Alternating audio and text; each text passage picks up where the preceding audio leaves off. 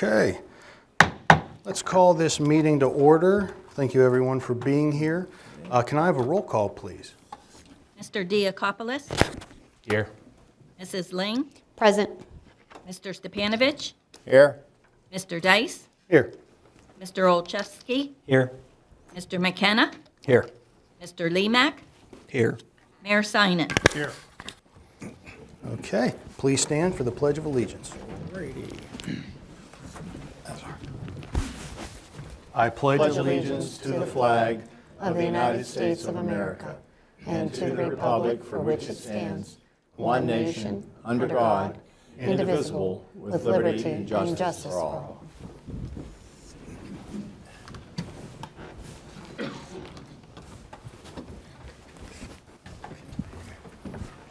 Okay, Mr. Nestico, any unlisted amendments this evening? None for this evening. Okay, I would just announce, though, that we had an executive session before this meeting to discuss a potential litigation item. With that said, I will move on to consent calendar items, minutes from the February 20 meeting. Any questions or concerns about the minutes? Hearing none, can I have a motion, please? Motion to approve consent calendar items. Second the motion. Thank you, Jamie and Carl. All those in favor, please say aye. Aye. Opposed? Motion passes. Thank you. That brings us to comments by the mayor. Thanks, Mr. Dice. I have kind of a pre-announcement while we're getting these up here.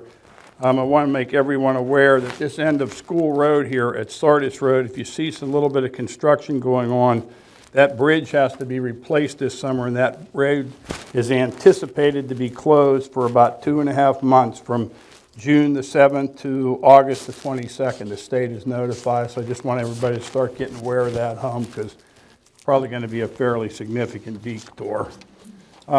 Jumping on the announcements, there's going to be, the sheriffs are going to be here with a satellite location to apply or renew a license to carry at the Murraysville Municipal Building from noon to 7, Thursday, March 14th and September 12th. The application process, the applicant must provide a Pennsylvania driver's license or photo ID with a current address. New applicants must include the name, address, phone number of 2 references that are not immediate family members. There's a $20 fee for the license, and a payment is accepted in the form of cash, check, or money order. After completion of the application, a background check will be performed through the Pennsylvania State Police Instant Check System. Upon arrival of the background check, the license will be issued. This is first come, first serve. You can't, you just kind of get here and get a seat and get in order. Next, we have the parking lot work at Dove Park. Murraysville Public Works will begin to improve the parking lot at Dove Park starting on March 4th, 2024. There will be an ongoing project with temporary closures of the parking lot. Please be advised, on some day the parking lot will be closed to visitors. The project will be weather dependent and last through the spring. If you wish to access the Dove Park during a parking lot closure, you can park at the Roberts Trailhead, Murraysville Visitor Center, and there is a trail that connects to the Funk Bikeway. This Roberts Trailhead is basically almost across from Dick Steiner and S&T Bank. Next slide, they're going to have another glass pop-up collection event on Saturday, March 16th at the Veterans Field parking lot up 4200 Salzburg Road from 9 to 2. Our residents are encouraged to support the Loaves and Fishes Emergency Food Pantry by donating non-perishable food items. Food pantry volunteers will be at the pavilion accepting drive-through donations during those same hours. We have one more curbside leaf collection we do in the spring. It's on Saturday, April 27th. You must schedule a pickup. Pick up one of the fill of the curbside leaf collection program form on the website. There's a 20-bag limit for each collection date. Again, Saturday, April 27th is the last day. Please register in advance. Murraysville Cleanup Week is going to be April 15th through April 20th. It's at Pleasant Valley Landfill. The municipality of Murraysville residents may take items to the Valley Landfill on PV Road April 15th through 19th, again, 6 a.m. to 3 p.m., and on Saturday the 20th from 7 a.m. to 11 a.m. The permit passes are available right out here at the reception desk at the municipal building. And that concludes my report for this evening. Okay, thank you, Mayor. That brings us to comments by the Chief Administrator, Mr. Nestico. Yes, just a few for this evening. I'd like to first congratulate Officer Joe Malone. He retired from the municipality in February. He began his service here in February of 1993, so over a 30-year career in the Murraysville Police Department. So we want to congratulate him and thank him for his service to the Municipal Police Department.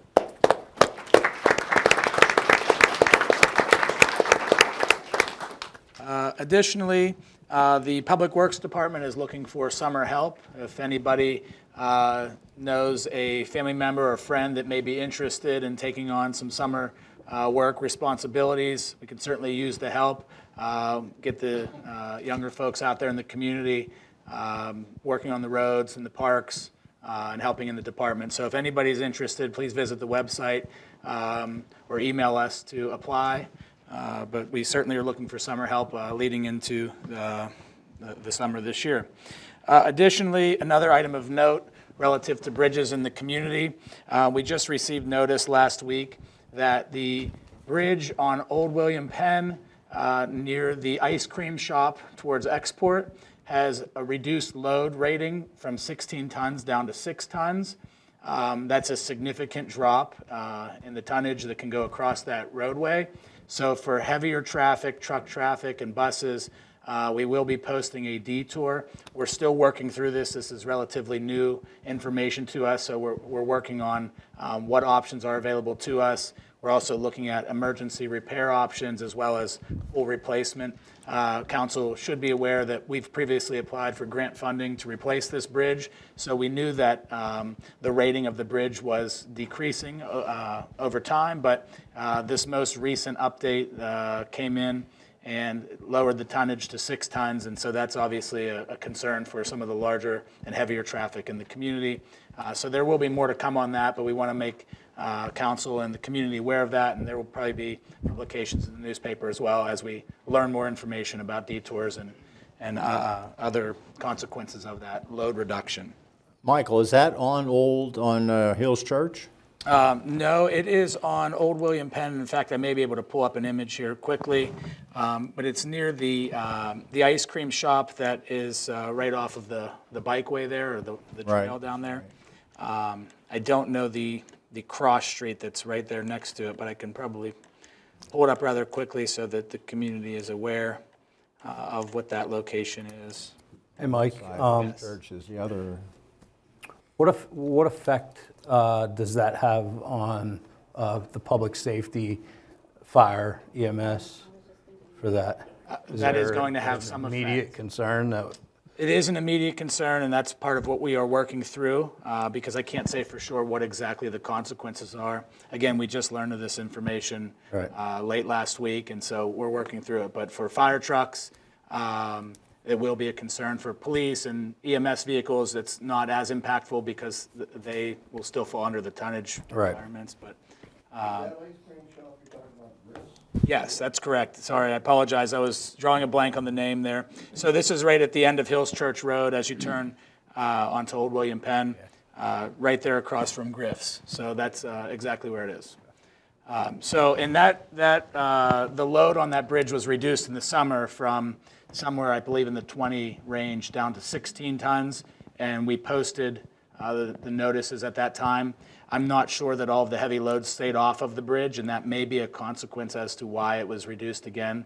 But they did an inspection recently, and now we're down to 6 tons. So again, we're looking into what can be done, but it is going to create complications for fire, school buses, and the heavier truck traffic that travels along that area. 20 tons for an average fire truck. As a way of good, by way of good news, I'd like to thank FRAA. They were able to secure an AED machine with the help of UPMC donating the machine. They are installing that in their concession stand at MCP. They are also looking to try to assist us with getting another AED machine for use at the clubhouse facility. So big thanks to them for acquiring that AED machine and having it installed at the park there. And that will be available to anybody, not just for the baseball users, but it's at their concession stand is where it's installed. And then lastly, just by way of an update, we got feedback from the Recreation Department that the deer management program had a very successful winter. They had 76 hunters participating in the program. They harvested 42 deer out of the parks, and it brought in revenue of over $2,400. So again, that's an archery program that's administered throughout some of the parks in the community, and you have to register, and there is a wait list for that program, but it is a pretty successful program to alleviate some of the deer within the community. So I believe that's all for this month. Okay, awesome, thank you. That brings us to community input. Verdale, thank you.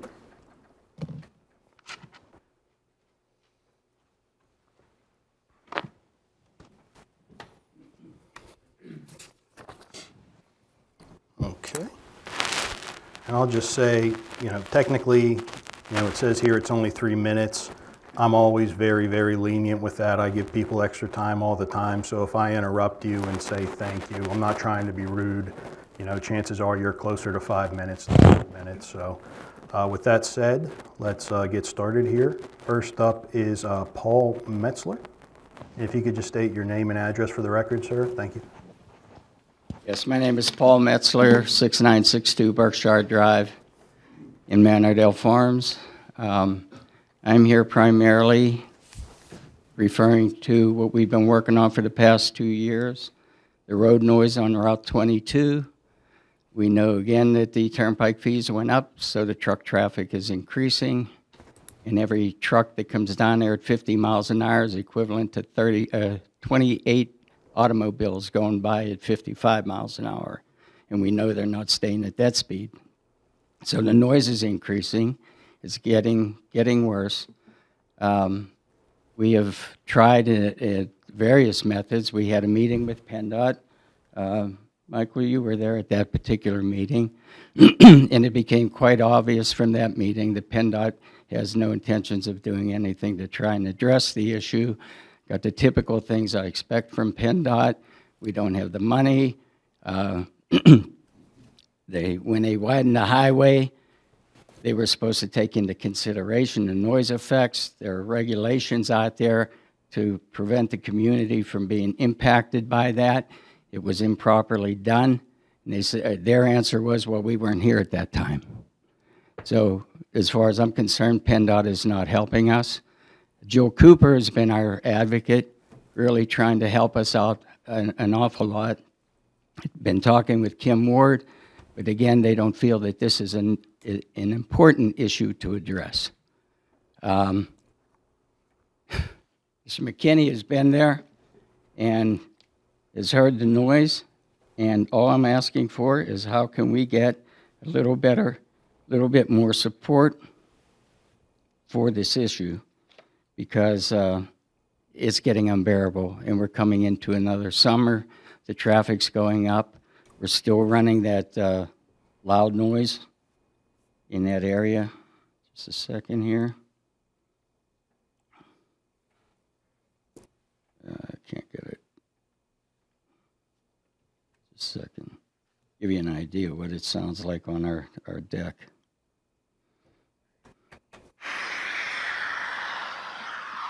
This is trying to carry a conversation on my deck, and I'm not kidding. This is the way it is. If you're across the table from me, you can't hear them, and this is all summer long, right? So what can we do? Can we get federal funding? We know that they're going to be paving the intersection at Harrison City Road. PennDOT has agreed to also do that at the entrance to Berkshire Drive. We're talking at less than a half a mile difference between the two, 4 lanes wide. They're going to have all the equipment there. They're going to have all the manpower there, and they can't come up with enough asphalt to pave that, to quiet that down. That'll cut that noise almost in half. And if you could drop that from the 75, 80 dB that we're having here down to around 55 to 60 dB, it'd be livable. I lived with that for years. But when they were up widening that highway, we told them it was going to be an issue. We asked them about a sound wall. They said we wouldn't have to worry about it. And they took up the asphalt, put ribbed concrete down, and now we have the sandbox trucks, the water trucks, periodically in the times that they're doing it. The Jake brake issue is still an issue. They put the signs up. We ask them to put a flashing light on there, some way to let the truckers know. It worked for a while, but it's worse than ever.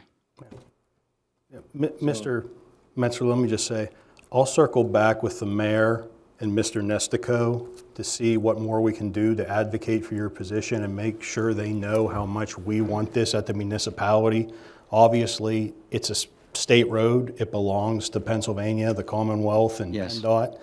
But we will circle back and see what we can do to at least let everybody know how much we think they should do this. And it sounds like there's varying things they can do, and they need to do something. So. Yeah, and I know they don't think it's, that it's that important. But I will tell you, and I don't know whether this had anything to do with it or not. When I came here before, I did not have hearing aids. I have hearing aids right now, and I'm concerned about the young families moving in with their kids playing in the backyard with this kind of noise. And not only that, my neighbors behind me concerned about the fact, or the collision center going in over there. That's going to add more traffic, more truck traffic. Sir, So- absolutely. Please. We will Help circle us. back to you, absolutely. Thank you. Thank you, sir. Okay, that brings up Mr. Joe Curry. Did I say that right? Curry? And just state your name and address for the record. Thank you, sir. I'm having some vision problems today and balance issues, so with Cynthia, she'll pass out a copy of my agenda in case I don't get through it in a allotted time. I'll try to get through it in the allotted time. Okay. I'll begin by saying no one wants this collision center in our neighborhood at all, in our backyard. Goodwill is important to a corporation, and Calvert Collision will never have goodwill in this area if they try to proceed with this building. The results will be decreased property values, increased pollution, and increased noise levels. Can we show the video? This was taken yesterday in the middle of the afternoon. Just happened, whatever traffic happened to come by.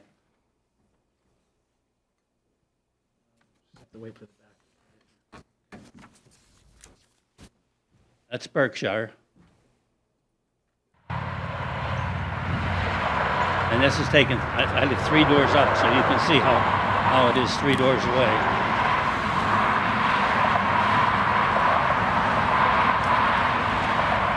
And that is 80 decibels of noise coming off that highway. And a building the size of Caliber that they want to put in generally emits 80 decibels of noise as well.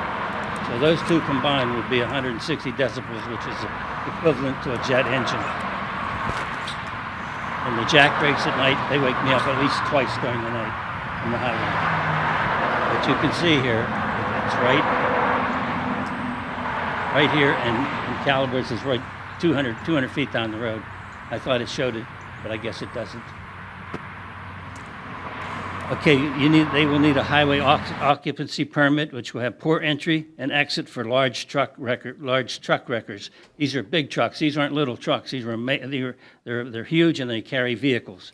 And it'll be worse when it snows or when there's ice. NDOT's talking about an extra lane from Berkshire. At the opening, it's 200 feet and seconds just to reach it. If they tear away the hillside, it will increase the noise levels even more to our homes. And it would require a decorative wall, which would have to be about 40 feet high. It would not really help much at all. It would be more of a status quo. And soil erosion would also be a problem if they start to dig away that hillside. I think the real reason why Caliber Collision is fighting for this property, this is an auto collision center, not just a repair shop that Ms. Bagley tried to portray at the last meeting. Paint on the floor is cleaned constantly with water and chemicals. Engines that are repaired or replaced, antifreeze, oil pan leak, oil leaks replacement, tranny fluid that is flushed into the proposed pipeline into our processing center in Trafford, then into the Allegheny River. This is not environmentally friendly. That should all be everything in there should be hauled away. Cheaper to flush it constantly instead of putting it into barrels and hauling it away. Labor savings and time savings mostly saves money. Caliber knows we don't have the resources to monitor this constantly, so they will do whatever they want, and if caught, they will gladly pay the fine. Workers are careless and they want to get done fast, so shortcuts are the norm. Also, the vehicles that are sitting on the lot that are leaking fluids into the soil and pond will kill the wildlife. Please do not approve this building on this property. Corporations don't have a conscience, especially ones with bad reputations and known polluters. Thank you. Thank you, sir. All right, that brings us to our next citizen's comment. Mr., is it Ed Boucher? Yes. Thank you. My name's Ed Boucher. I live at 6997 Berkshire Drive. Specifically, my comments and questions are directly related to the water line that's going in from my neighbor, Troy and Cynthia Smith's front yard, all along 22 East to wherever the tie-in is for their water lines. My questions are, how many of the trees on that hillside are they going to take out? Are they just going to create a ditch and end up cutting a bunch of roots and stuff where trees could fall onto the highway? Which my neighbor, Troy Smith, had to cut one because it fell down almost into 22. Luckily, some lady stopped by and put her flashes on to protect them while he cut that off before the traffic had to be stopped. I also heard rumors that PennDOT's thinking about putting a slowdown lane going into the new facility, and we'd like some answers on details of what's going to happen, because that hillside is really close to my neighbor's fence, and he owns property on the other side of that fence. That hillside's going to start eroding. We need to know this stuff in advance. And that's all I had. No, thank you, sir. Absolutely. Next up, we have Troy and Cynthia Smith.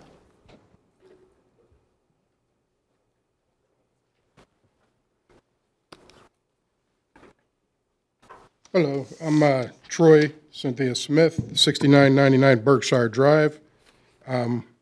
And again, these are good comments that my neighbors have made.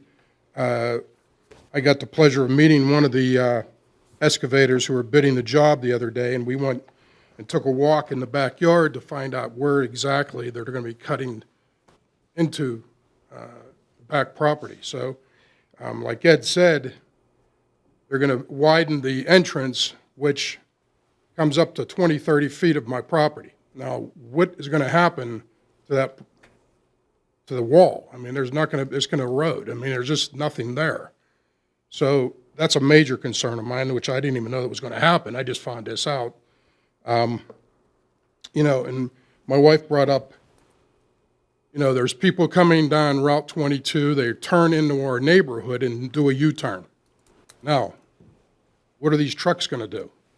Because they're coming the other way, they're going to turn into our neighborhood and make a U-turn right in front of my yard or in my yard, carrying cars or whatever.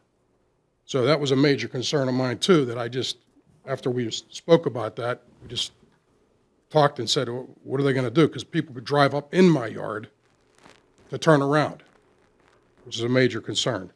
You know, the noise, the traffic, the dirt, the smells, I mean, it's all relevant. I mean, it's going to happen if this place is allowed to be put there. Nobody wants it. As you can see, we have a nice group of people here today. We have a strong community, a clean community. Nobody wants this place there. Go across the street, go down the street, go somewhere else. That's fine. Not in our backyards where we got to stare at you every day, listen to you, and then when they do the excavating, my gosh, there's going to be dirt and just noise and all kind of stuff 100 feet from our house. 100 feet's not a lot of space. It's right there. You know, and our neighbors are the same way. I mean, it's just not right. You know, to have a building of 12,500 square foot building right off of our back porch that we have to stare at day in, day out. I didn't buy my house in Murraysville for that. Oh, well, of course. And, you know, the value of property, it's definitely going to be affected. You know, for us to sell our house with this place in our backyard, we are not going to get what our house is worth, nor my neighbors. And that's not right either. You know, I'm not opposed to a business, but put it someplace where it's not affecting a neighborhood. You know, I moved out of Monroeville because of that reason. So, you know, we live in a nice community, and unfortunately, this place going in our backyard is not going to help us. You know, they're going to have a lot of angry people, which you already have. You have anything to add?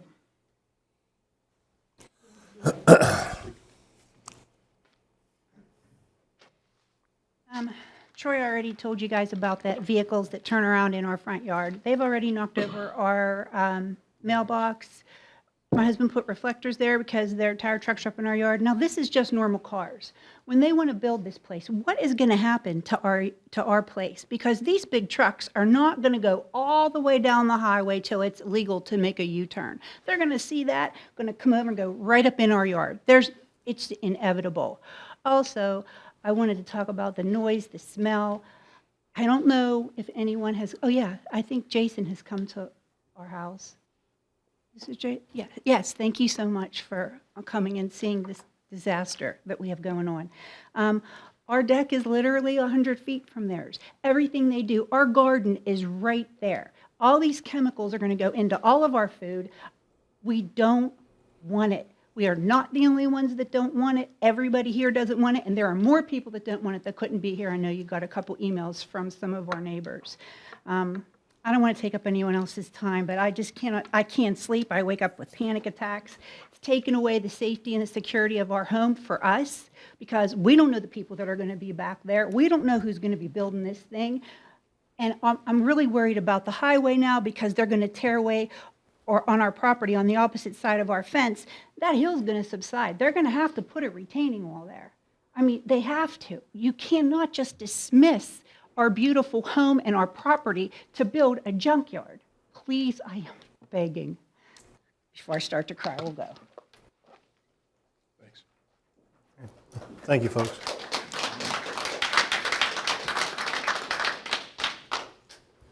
Okay, next up we have Melanie Mills, please.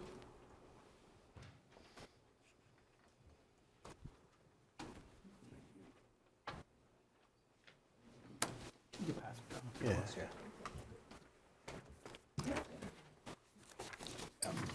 These are the same. Yeah. Good evening, council members. My name is Melanie Mills, and my husband and I live at 6025 Forbes Hollow Road in Export. Our property and home, outlined in the black marker on the map that I just showed you, is located on the 2 lots directly southeast of the proposed Caliber construction site. So we're on the opposite side of where the folks that just spoke. We purchased this land in 2020 after searching over 2 years for property that had large continual tract of forested land in the Franklin Regional School District. We purchased this property with the assurance that the adjacent Murraysville municipality-owned green space would be protected by development in perpetuity. The environmental disturbances created by the construction of the necessary sewer line tie-in from the proposed Caliber Collision building into the green space is not responsible protection of this green space, which is to be protected by the municipality. Our 9-acre property southeast of the proposed construction site is currently an oasis for wildlife. We regularly see white-tailed deer, red fox, red-tailed hawks, coyotes, eastern bluebirds, and great horned owls. These species need large tracts of undisturbed forest. The wetlands located within our property and the adjacent municipal green space are nesting grounds for mallard ducks, which we saw this week, and other native birds, and breeding area for wood frogs, bullfrogs, and spring peepers. Our children and other children whose homes are in the Manordale Farms, who our kids ride their bus with every day, enjoy this large tract of forested land and streams for nature play, hiking, and exploration. Our family of 5 just this weekend walked the entire perimeter and saw the pink tape. That is going to be caliber collision. Our kids are asking me if they're still going to have places to hike. Wildlife is here, and our kids are safe to play currently in this area between Route 22 and Manordale Farms. It is currently a forested buffer area. I am not opposed to land development in Murraysville, and I understand the desire to welcome businesses in many different capacities to this municipality. But there are better locations to build an auto body shop that will not detrimentally impact home values, children's nature play, and wildlife. And just as an aside, my background is in environmental science and management, and we will be doing preparation to get a basis for what might happen later. Please vote against the proposed development of caliber collision on Route 22 behind Manordale Farms. All right. Thank you. Thank you, ma'am.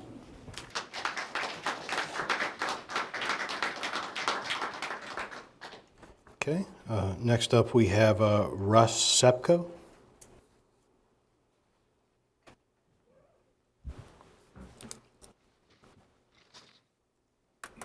Good evening. My name is Russ Sepko, 2414 Willow Drive in the Manordale Farms plan. Me and a group of other Manordale residents circulated a petition. I think we emailed that petition to you all. And I don't know if you need the original with signatures, if there's any value to you in having that, but certainly. You can keep it, sir. I've certainly seen it and recognize how many signatures are on it, so absolutely. Thank you. And just to realize, we had a limited amount of time to do the petition, and a lot of people weren't home. We could have had many more signatures. I don't think there really was anybody within the neighborhood who was, in favor of this development. Some people wouldn't want to sign, because some people don't want to sign anything, but, nobody was saying, even if they didn't want to sign, they weren't saying, hey, I really want this development coming in next to our neighborhood. So just realize that, there's over 200 houses there, and there's a lot of voters. One of the things I didn't add to the petition was the easement for the green space for the sewer line. Probably an oversight on our part that we didn't add that. I think all the people that we've talked to are also opposed to granting that easement for the sewer line. The increased traffic has already been discussed here in the noise and traffic. Certainly, a lot of us exit onto 22 by making a right outside of the plan.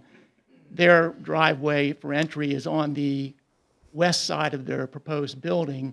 We don't understand why they would put it there rather than on the other side of the building, farther away from our entrance, to reduce the potential for accidents. As people are trying to slow down and merge into the right lane that we're exiting the plan from will be right there also. So there's going to be a increased traffic congestion in that area and increased accident potentials. People have talked about the potentials for discharges. I think the person who just spoke in front of me mentioned the kids playing in the green space. We had 4 kids grow up here. All of them went to the green space and played in that stream back there, built tree houses in the trees. It was a very popular area for the children 20 years ago when my kids were growing up. New families are moving in with their young children. I'm sure they're back there doing the same things. So we understand that there's going to be a retention pond, but that retention pond is really not a treatment facility for whatever's going to run off in the parking lot, whatever toxic chemicals will be in there. So we are concerned about what's going to go into the stream back there, not only from our kids, but also the wildlife that was mentioned. I haven't heard anything about an environmental impact statement for this type of facility. I don't know if that's required in this area or not. Certainly in other areas across the country, this type of facility would have to do some sort of an environmental impact statement. One of the things that maybe the Caliper people can address here this evening is how is their compliance record? I know that auto body centers are heavily regulated, usually by the state, for air pollutants and runoff and hazardous chemicals that they use. I don't know what their compliance record. I know that at the last council meeting, there was some indication of fraud being, Caliper had to answer for fraud in a number of different states. And so I don't know if they're a good neighbor, if you will, from a compliance and regulatory standards and for environmental. Wildlife impacts, I think were mentioned just before me, but people who live right in that area, including myself, one of the things that we see a lot of are bats in the area. I know bat conservation is a big deal right now. There's a lot of endangered bat species potentially in the area. All the old mines that we have in the area, I don't know how well sealed they are. I don't know if there's a lot of bat colonies living within those mines, but I've had bats in my house. I know that the Smiths, I've talked with them. They see a lot of bats flying around their yards in the summer evenings. I don't know if there's a bat conservation plan that's required for this development, but those types of impacts on wildlife, I think it would be wise to look into and make sure that this isn't going to be a disaster. There's going to be a lot of trees that are going to have to be cut down.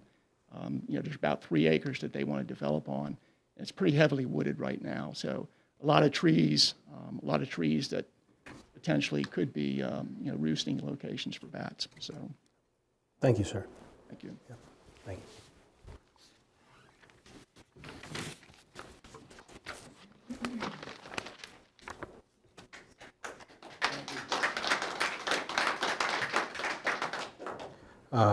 Next up, thank you, sir. Next up, we have Art and Sandy Probola. I'm going to speak on what's going to sit. Okay. My name is Art Probola. Sandy Probola sitting with me, 6972 Berkshire Drive. I agree with everything everybody said so far. The one thing that I don't think anybody realizes, too, if you're at the Sunoco station on 22 and you hit the red light, you're lucky that you don't accelerate that fast to get to Manordale Drive, get the Berkshire Drive. Because if the traffic's moving straight through, if I'm turning right onto Berkshire Drive, I actually get off of the highway and I'm on the rumble strips because somebody's up my rear so much, they're going 60, 65 miles an hour. If we're going to have trucks 200 feet away turning into properties, there's not going to be not enough space. I'll worry more about accidents, et cetera. We're lucky because our rear, the rear of our property is so far away from 22 that most of the noise is deadened, but in this kind of weather, you can hear it. You can hear it very prevalently. In the summer, we have a lot of foliage, so we're good. But going down towards where everybody lives down at the far end, it's horrible. It really is. And then, I can't remember who said, exiting 22 or exiting Berkshire Drive onto 22, making a right. Thank God there's a red light up to the left because that does leave space where you can get out. So I'm just worried about the trucks. I'm worried about a lot of the other things everybody's brought up. But like I said, that whole area right there is a raceway. I don't care what you do. If you're not going 60, 65, you're going to get somebody running up your butt. So thank you. Appreciate it. Thank you, sir.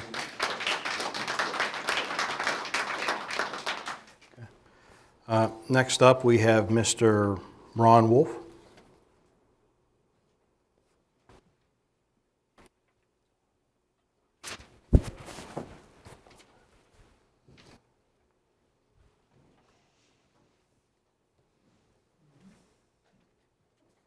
Ron Wolf, 3644 Forbes Trail Drive. I'm going to change the subject a little bit to sewage. I talked to Mr. Morrison for several years about changing that board, to get them to change the whole sewer authority board, and he did it. I was under the impression this board was going to replace the deteriorated major sewer line that runs along Haymaker Run and Sardis Road. The last meeting I went to, I was informed it's not going to happen. And I want to know if council is going to look into this issue and find out why it's not going to happen. There was plenty of infrastructure money given to Westmoreland County that the sewer authority never even applied for a dime to do any work. Now they're lining manholes. And I talked to the guys that are doing the manhole linings, and he told me they may last 10 years, maybe 12. Seems like throwing good money for bad to me. And I'd like for somebody to see that this project goes through to replace that sewer line along Haymaker Run. And as another note, because of that sewer line being so bad, I have a huge grinder pump in my yard that's made to supply sewer pressure for 10 homes. When it breaks, I have to go to court and sue. Fortunately, I get reimbursed for what I paid to fix the sewer, the grinder pump, but I have to pay a lot of legal fees to do it. So I'd appreciate some action on council's part. Thank you for your time. All right. Thank you, sir.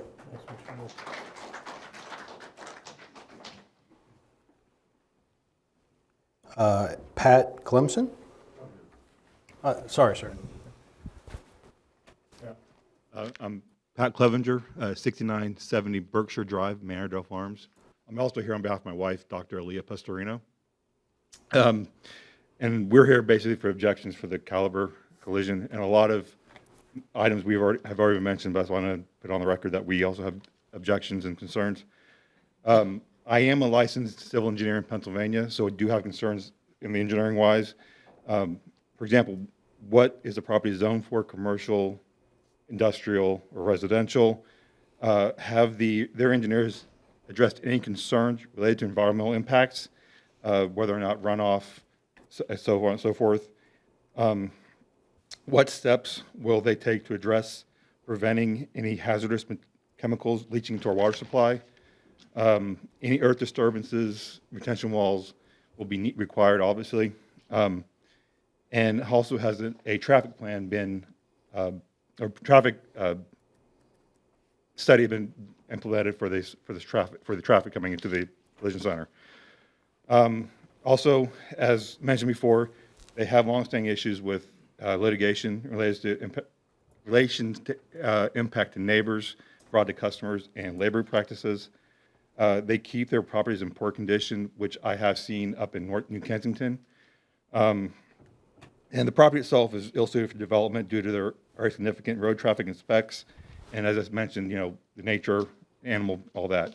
And the last one is obviously the exit lane will be coming off. If that is required, it will be eminent domain, or will be required that the lane is bought.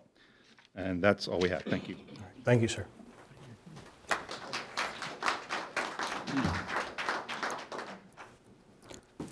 Okay, next up we have Peter Friedrich. Did I say that right? Oh, there you go. Yeah, thank you, sir. 3401 Sardis. My name is Peter Friedrich, and I want to flag something for the council on a slightly different subject. Obviously, the municipality has so many important topics to cover, to make decisions about. Last year it was fracking. Tonight it's the collision center, and I'm not here to talk about it, but I do stand with our community on the collision center. But I want to take just a couple of minutes to think about another issue, which is the issue of persecution of Christians in India and how it could impact or connect to the municipality.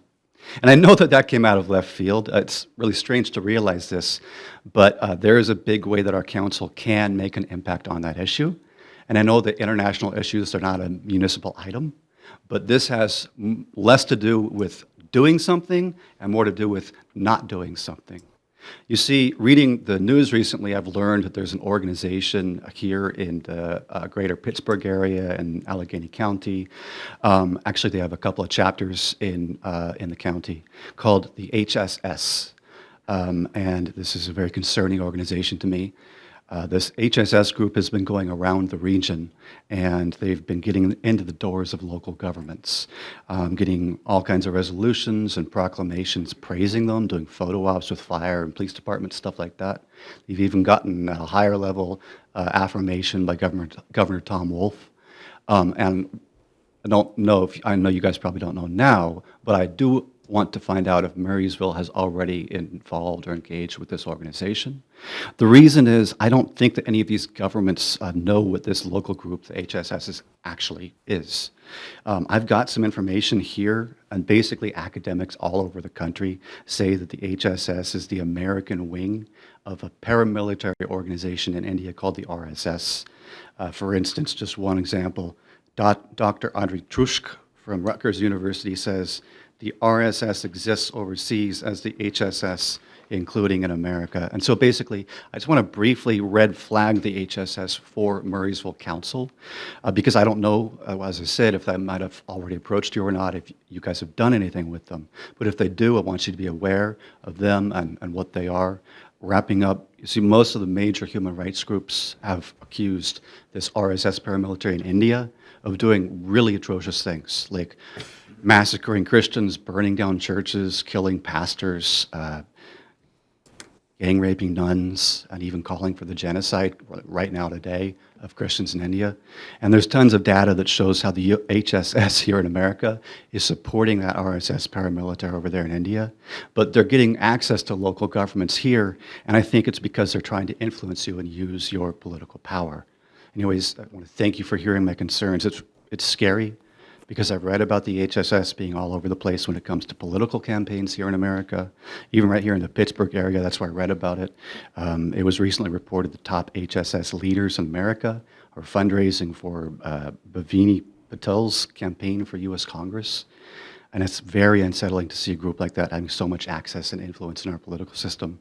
So I just want to ask Murraysville to please be forewarned, make sure you avoid the group.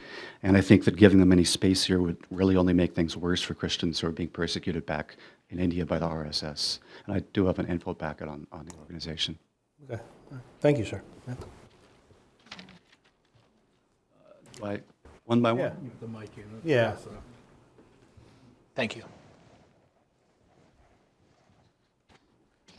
That brings us to Ken Beringer? Beringer, I'm sorry, sir. Ken Beringer, 2411 Willow Drive, Menordale Farms. So my neighbors were very thorough. They kind of stole my thunder. I had a couple good ideas, and I was like, oh, there you go. But nice to see you again, Mac. There was a couple of items that I was hoping to maybe kind of drill down on a little bit. I'm now made aware of some of the features of this proposed construction. Among them is a retention pond. I'm the executive vice president of a water treatment technology company. That's something I think that someone on the environmental side is going to need to look at. These are being now, we're getting hammered. They're retroactively being regulated against. Other less passive systems need to be put in place. I'm not really here to talk about the numerous environmental or even with impacts to nature, and I think all of that's super important. But it's already been covered ad nauseum. This is simply, I'm a businessman, and when your customers are furious with you, you got to take a look at why.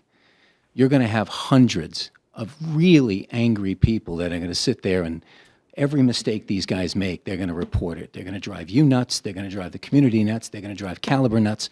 It makes no sense to operate here. You've got 12 acres for sale across the street.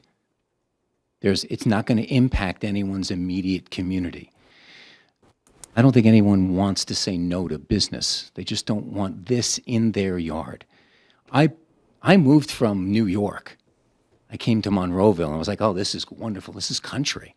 Then I got the hell out of Monroeville in a hurry and moved to Murraysville, and I own 3 homes here now. I moved to this place because I finally had a little bit of property.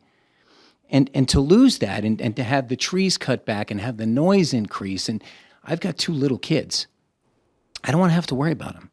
I didn't move to Murraysville to worry about them. So I'm asking the council to please, please, please hear, if I see one more woman get upset, I'm gonna cry. Please hear we want to work with whatever business wants to be here. We welcome them, but let's do it in a place where it won't impact residents.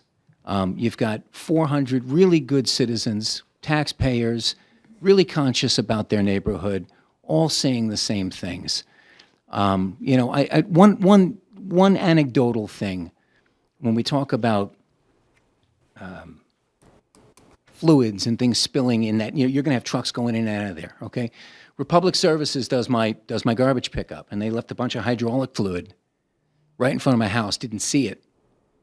I wrecked my motorbike going into I'm standing here with 4 broken ribs. That was just from a 10-mile-an-hour thing. If these are going to be on the street, it's going to cause problems that we certainly don't want in front of our community. So I don't want to rehash a lot of these really well-made points here. I don't think the community wants to hire an attorney to object.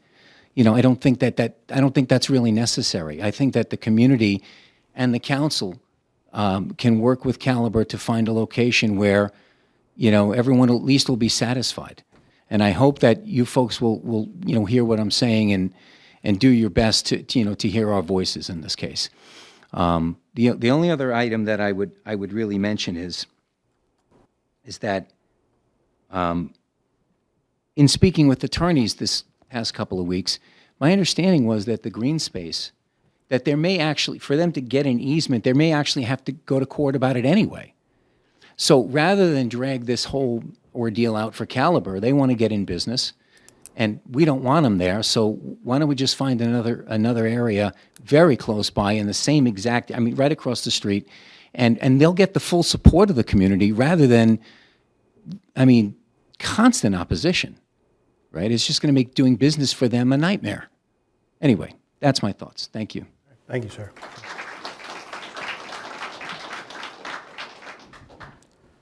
Okay, thank you. We now have Vince Ombert.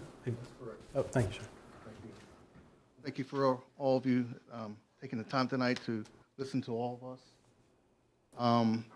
I recently moved into Manordale Farms 3.5 years ago. I came from an adjacent borough, as some of these others have mentioned as well. And I've grown up in the 80s and 90s admiring Manordale Farms afar, because I always saw Manordale as one of the nicer neighborhoods in Murraysville. And it has always been that way, and it always will be in my mind. And, I'm a realtor. I see things. I know what people are dealing with. I know what you're dealing with. And I empathize with you, and I understand it. I have a 6-year-old. You may have seen him before when the meeting started. He was taken away by my wife, and he's 6.5 years old. And I really wanted Roman, my son, to grow up in a neighborhood he's going to enjoy being in the surroundings where the neighbors are very nice. They're very accommodating. They're very conscientious of the children. And there are more children in Manordale Farms now. And that's because of the generation that's become apparent now in the transition. So I just wanted to reiterate that I'm here with 275 petitioners on that paper. And like Russ had mentioned, there's more that we could have got due to their work habits, or maybe they just didn't want to get involved. So I'm here to support everybody regarding the matter regarding the collision center, and try to make Manordale a safe place regarding that matter, and also the traffic issues, not just the 22 issue, but also the run-through the neighborhood to the adjacent roads. So that's where I stand, and I just want to make that apparent. Thank you. Absolutely. Thank you, sir. Appreciate you. Thank you.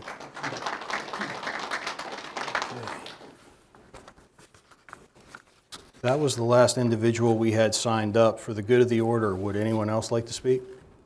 Yes, Mr. I want to bring up one other factor. Just very quickly, Mr. Metzler. Yes, thank you. Very quickly. One concern that we had was the exit on the westbound coming into Manordale Farms and the width of that opening there. It was brought up that snowplows can't fit in there to clear that out. And I was told by Joe Cooper that PennDOT had agreed to remove that divider so that we can get snowplows in there to clear that. But yet when we had that 4 or 5 inches of snow a couple weeks ago, there was another ice skating rink trying to get in there. And what's going to happen, if they don't get that taken care of, somebody's going to slide right out head on into the other lane of traffic. So I'd like to find out why PennDOT hasn't done anything about that yet. That this was supposed to be approved before winter, and it hasn't been done. I'll make sure we follow up on that too, sir. Thank you. Okay. All right, thank you, everybody. And obviously, we're going to have a robust discussion on Caliber Collision very shortly here. With that being said, that brings us to our liaison comments and committee reports. Jason, would you like to start? Sure, Dane, thank you. The library meets on the 21st of March. All right, thank you. Carl?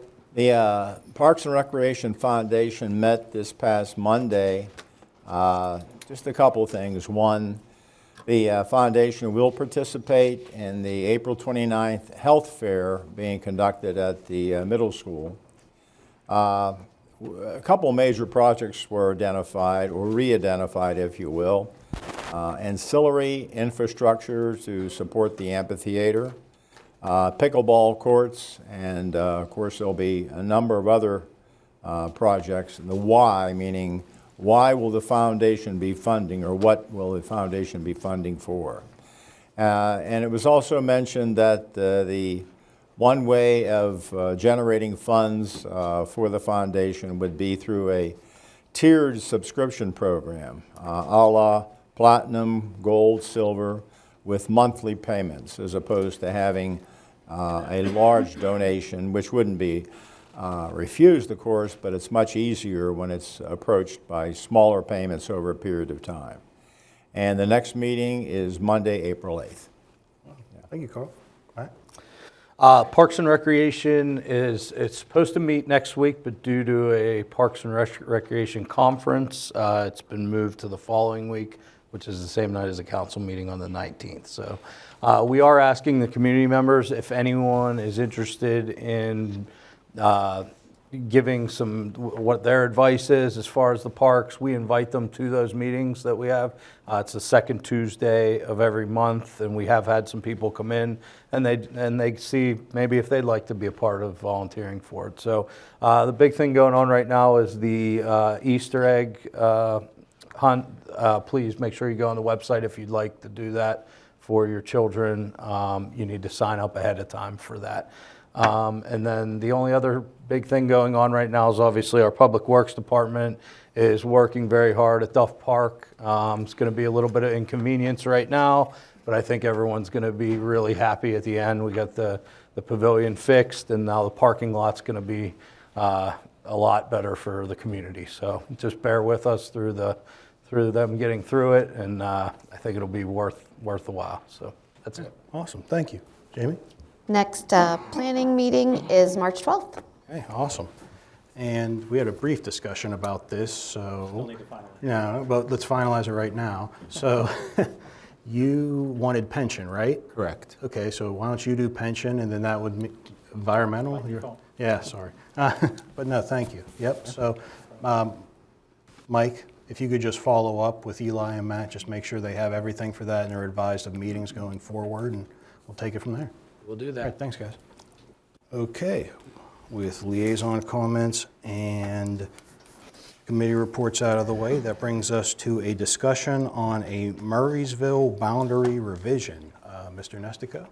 Yes, this item came before council toward the fall of last year, if you recall. We were approached by a property owner regarding a property that's situated in Delmont on the boundary of Murraysville. They were asking, I'm sorry, a property situated in Murraysville on the boundary of Delmont. And they were asking if we would consider relocating the boundary line so that it would become a Delmont property. We had discussion on the item back in the fall. At that time, council had suggested reaching out to the adjacent property owner and finding out whether they would have any problem with this property being relocated into Delmont. And the reason for that was, if you recall, the individual interested in the parcel wanted to put a billboard at that location for a neighboring business, an Ace Hardware business. And so the feedback from council was reach out to the neighboring property owner and find out if there are any concerns with that, with a billboard being placed in the adjacent property. And again, we have 2 new council members, so they may not, they're certainly not going to be familiar with what had happened in the past.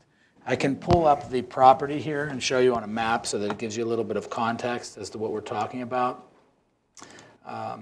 This property is situated in Murraysville on the corner of Route 66 and Freeport Street there in Delmont. And if I go to the imagery, you'll kind of see the way the roads are laid out. So this is this corner parcel here, and this is the property in question that we're discussing. There is a business owner in Delmont that owns the hardware store. They wanted to acquire this parcel and put an advertisement sign for their business. And I believe that at that time, leading up to this, the discussion was that they thought that they may have more success getting that approved through Delmont than Murraysville. So we discussed revising the boundary. We were approached by their legal counsel with this request. So as we stand, we discussed it in the fall. The discussion was to talk to this adjacent property owner and see what their feedback was relative to a sign being placed in this corner lot. And I've reached out to that property owner 3 times. Most recently, that communication was sent in February. The letters just don't seem to be getting through. It was sent via certified mail. We're not able to obtain delivery. So again, I was tasked with the responsibility to try to see what the adjacent property owner had to say. Let me say this, Michael. I'll just speak for myself as one vote on council. I have no interest in doing this. This is like a reverse request for rezoning, and it's actually even stranger asking to have. I have never heard of a parcel being given to another municipality so someone can put in a billboard. That's just bonkers to me. And I know, you were tasked with investigating, but it's not just that property owner. If they're going to put in a billboard, I mean, it's every single property owner. Who knows how tall it's going to be? So my vote, this is a workshop item, obviously. We're not taking any action, but my vote would be we just don't investigate this any further and it's just over. I concur. Okay?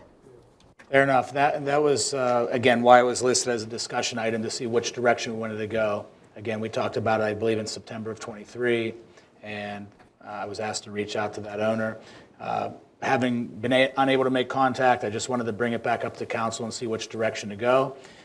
We can notify the property owner that reached out and their attorney and let them know that there may not be an interest from council, and we can kind of leave it at that. Mm-hmm. That's why I brought it up as a discussion. Only other item I'd add there is that if there's going to be some land given by the municipality to someone else, there's some value to the land. Sure. I think I'm probably in the minority here, meaning if it's going to be given, there should be some compensation. Sure. Well, I think, again, provided there is no other feedback from council, or if there is other feedback, I'm certainly open to that. But I listed it as a discussion item because I wanted to either continue moving this thing forward or have it reach a conclusion of some sort. So if there is no interest from council, then that solves that, and we can get back to their legal counsel and let them know. Okay. What was that zone, Mike? Geez, I don't recall offhand. I'm not quite sure. That doesn't matter. Yeah, I agree with Dan. Okay, thanks everyone. That concludes our workshop items. That brings us to our action items this evening.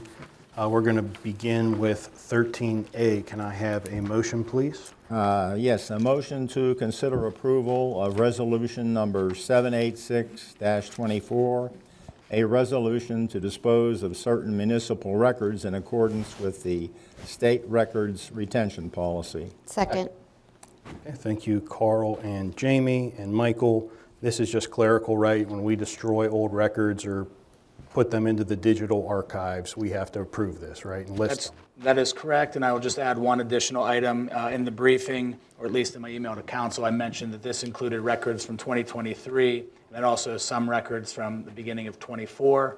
We removed the records from 24. Our clerk that does the scanning wanted a little bit more time to make sure that everything was properly scanned and is archived the way that we expect it to be. So these are only for records from 2023. They've been scanned into the system. We have a digital version of them, and so this is to destroy the hard copy. Okay, wonderful, thank you. Council, questions or concerns about this? Hearing none, all those in favor, please say aye. Aye. Opposed? Okay, motion passes, it's unanimous, thank you. That brings us to 14A. Would anyone like to make a motion? And I'll say this, I think the way this is worded might prevent a motion, so I'm going to make a motion and I'm going to change the wording ever so slightly, and I'm going to phrase it as such, and after I'm done I'll be looking for a second, and it would be, we're going to consider SP-4-23 a major land development application, Caliber Collision, 6037 William Penn Highway, for a proposed 12,476 square foot auto repair center, tax parcel 4920000037B, business zoning. Second. Thank you, Mac. So with that, Mr. Nestico, where do we want to start this evening? Where would you like to start? I think at this point, there's been a lot said.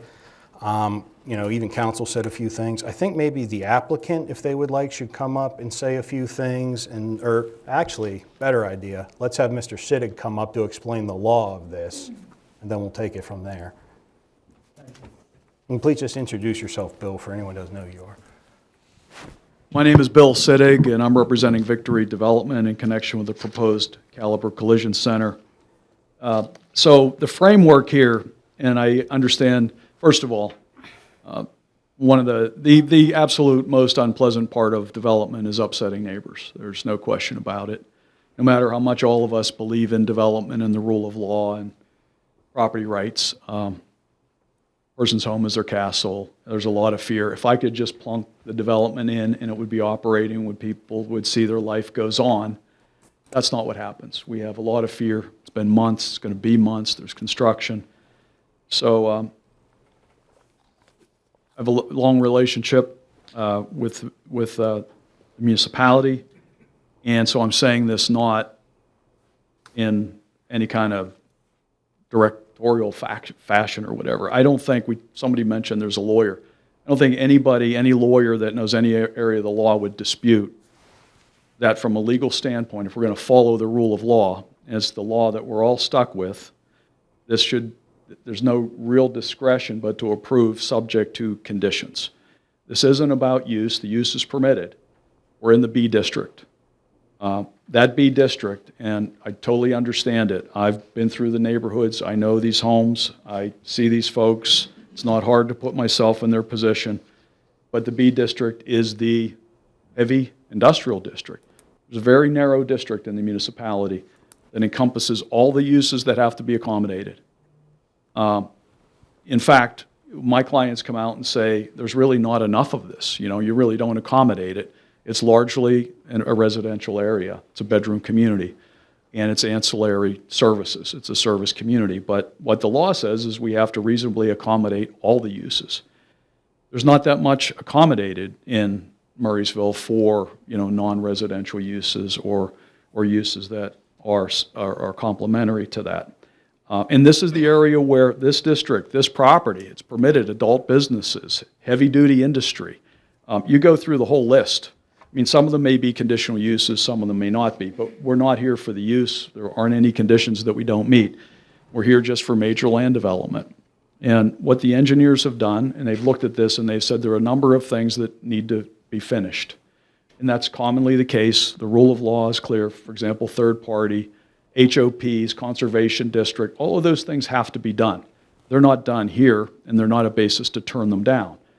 The only thing that the law says is that you have to condition them. And we've looked at the engineering, and it's been a thorough review. We're fine with the conditions. We've heard some of them, including the sewer issue. We have to solve all that with final engineering that meets these standards. But again, I don't think anyone would dispute The legal obligation is to vote. Now, my clients ask me all the time on the developer end, can they say no?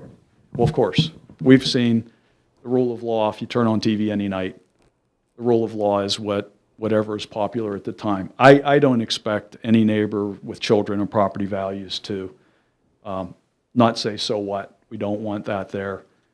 This place, there's an old residence that's there. It seems like it's green space. That's the expectation. It's just not zoned that way. It's a business decision. My clients make a business decision. If they choose to stay in the face of this, they can. But the legal framework is very, very straightforward. There's really not any reason for dispute. It's really no choice but to approve it with conditions. Now, with that, I've been involved in the background with Victory Development and Caliber. And I have a long history. Your staff, your planning commission, this council goes to the very end and projects keep improving. They even improve with conditions that aren't otherwise imposable legally. But what the effort is all the time is to go beyond what the minimum requirements are. So we're here tonight, and you've met and heard from Melanie Bagley and Jonathan Barron, also have a Caliber Collision representative. What we're here tonight is to give some assurances that aren't even legally enforceable. And what I'd submit is that the way to do that is for us to voluntarily agree to these conditions. Because if there are lawyers involved, or if this does have to go up, the legal framework is that none of this is enforceable. The only way it's enforceable outside of your ordinance is if we agree to it. And we're here to agree to it. We want to go, and you've seen the plans. I've been directing it from behind the scenes to go beyond, to provide whatever protections we can. The one framework is we're not going away, unfortunately. So we're trying to make it the best we can. And we're trying to go beyond the ordinances, beyond the law, voluntarily to do that. And that's what we're here for tonight. And we're talking about, it doesn't matter if it's lighting, hours of operation, doors closed, the site has to be air conditioning. What I'm comfortable with, and I toured personally with the elder, Mr. Long, and with Mr. Morrison, what we were determined to be the gold standard in the community. I was very impressed with Conley's facility. And I'm here to tell you, and going back with Caliber, whatever we have to commit to tonight, this will be better, significantly better on all fronts. And we're willing to discuss those in detail and commit to them legally. That's, like I said, far beyond any land development ordinance would accommodate. So with that, Mark's here with me. I don't know if we heard about the new Ken site. We heard about Caliber. We're here to address Caliber. Everybody's here tonight to talk about whatever we can do to mitigate these impacts. I'm sure council will have a lot of questions, and I'm glad you kind of brought the team so they could all get into that. I have one legal question before you sit down, though, Mr. Sittig, because there were a lot of different words there, voluntary, commitment, and I just want to be clear. Obviously, this is a permitted use, so our ability to put conditions on it is very limited. However, and I don't know if you agree, but I think there are cases that say if the applicant agrees to conditions subject to approval, and everybody agrees, that's now a legally enforceable condition. And that's where you also use the term commitment. So I just want to double check, if there are some commitments put on this tonight that are added as conditions, is the applicant going to be amicable to those being full-on commitments, as in conditions that they'll have to meet? Like if for some reason they didn't meet, we as a municipality could enforce them? That's what I'm here for. Okay. You can go in any municipality, anywhere I've worked. There will be no backdooring.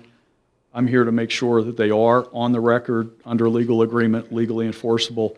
One of the things we've even done is something to consider. One of the Achilles heels, probably the Achilles heel in land development, even when you get conditions, is enforcement. You have a code enforcement officer and you go to the magistrate. We're even willing to do, you hear about the community benefits agreements. We're willing to give private enforcement rights. We're not going to violate it, and we're not worried about somebody saying, call the zoning officer up, close your doors. These folks ruin, a birthday party or something. It's like, no, we're not. We're really expecting, these folks have heard it loud and clear. They're expecting their feet to be held to the fire. And again, short of leaving, there's nothing more that I can really do. So we want to do that to the fullest extent. And to the folks that are here, I understand, I always say it's a hard thing to grasp. You can fight me to the death. You can hire lawyers to fight me after the fact. Get what you can here, just in case I'm right. So that's what I'm here to do. No matter where it goes, whether we're successful in any of the third-party approvals, let's pin it down, narrow it down, hold everybody's feet to the fire, define as much as we can. And what I can say is I've personally had to educate myself at my client's expense about this business. So I feel pretty comfortable about how that's going to operate so long as it's within the parameters that we represent here tonight. Bill, a secondary question to Dane's on the conditions like that. Obviously, it's Victory Development doing that and agree. How does that pass along to Caliber? You know what I mean? Because Victory is the development company that would agree to these conditions if there are. And how does that, how does that go down the line? Because ultimately, Caliber is going to be the business that is operating. So to run with the land, it won't matter who's operating there. Obviously, it has to be this type of use. If somebody comes in with a different use or comes in to modify it, all bets are off, but it doesn't really matter who's there. This permit will run with whoever buys the land, leases the land, franchises it. Caliber goes bankrupt, whoever steps in. That's the framework they'd have to live with. And to Mr. Dice's point, our agreements run to them. They can't say, those guys did it. They're stepping into the shoes and saying, okay, that's what we have to live with. There is relief, and whenever you agree to conditions, it becomes a variance standard, and your folks are familiar with variances. They're very difficult to get, but you can come in and show somehow that circumstances have changed and you can't operate this way. It's not that it's inviolate, but I can tell you it's a very, very high standard. Your board, your zoning board is notorious for not granting them. You don't grant, not many variances have ever been granted in Murraysville, so I'm pretty comfortable that it would be a very high standard. It's not that something can't happen or there's not a different council, but it's actually better than if we just went to the zoning board, described the use, and got a special exception approval. This can be much more detailed. And all of us here, and I can tell you, people that I've met, all these folks, EADS is in here all the time. Collision is all over the country. And we're all willing to commit to whatever extent we can. Again, it's not going to make anybody happy, but at least we know that we got what we said we were going to do. Attorney Siddick, if you could just, one question, and it's been stated that it's in the location that it is because that's where Victory wants to have it, Collision wants to have it. What's been mentioned, and it may have been mentioned before, a week ago, 2 weeks ago, whatever, but why there as opposed to, say, across the street where there's property for land? I know they don't have to, but you've got a lot of people upset, understandably, where across the street, I think it'd be a lot less contentious, if you will. But is there a simple answer? Not from my end. So there may, I don't know if Melanie is able to handle that or if Caliber was involved in the selection, but I don't know. Look, anything can happen. We just saw in Monroeville, the convention center. Not as common in this type of situation, but I don't know if anybody can answer that. The other site. So at least as to cross the street, there are, untenable site challenges, grading challenges at that particular site. But that's not, you could say any individual site. Is the challenge greater with a property like that than the You know one what? they're currently? I'm sorry, but that's the wrong way to go down. We can't, anybody could say that site doesn't work, and they're going to say, well, it does, but you can go down the street. It really doesn't do any good. What I'd say is offline, we can explore that, happy to explore that with staff, but I'm not going to have the cat calls about why a property isn't appropriate. So I guess one question I have is, there were some serious concerns put forward that at the very least I'm sure people want to know about. So one of them, and I think this was addressed somewhat before, but the issue of chemicals leaching into the water and how is Caliber going to handle all these chemicals that they're dealing with, because I don't even know if Caliber would dispute you have to handle some pretty tough chemicals to do this job. So how do they prevent that? What do they do? Can anyone explain that? Because there were a lot of questions about environmental and all of that, so any insight? Mark's going to come up, but I can say, anecdotally, somebody that's been a car nut all my life and around these facilities, when you see, these are not our grandfather's facilities. If you go to Conley's, it's shockingly lack of fluids, lack of any dirt or dust. But Mark, would you introduce yourself to council, please? Spell your last name and identify how you're affiliated with Caliber. Okay, my name is Mark DeGary, DeGarie. I'm with Caliber. I'm the Vice President of Construction and Facilities for Caliber for the eastern half of the U.S., everything east of the Mississippi. Prior to that, I was over top of construction and facilities for the entire U.S. for Caliber. How many sites? We'll have 1,800 in April, mid to late April. When I started, we had 197. A lot of good questions. There's a lot of legitimate concerns. Let's focus on the fluids. Let's focus on the environmental. Yeah, absolutely. How's it handled? We have a third-party company that we solicit, that we hire. We outsource it to a company called GMG, which is above and beyond what the EPA and OSHA require us to do.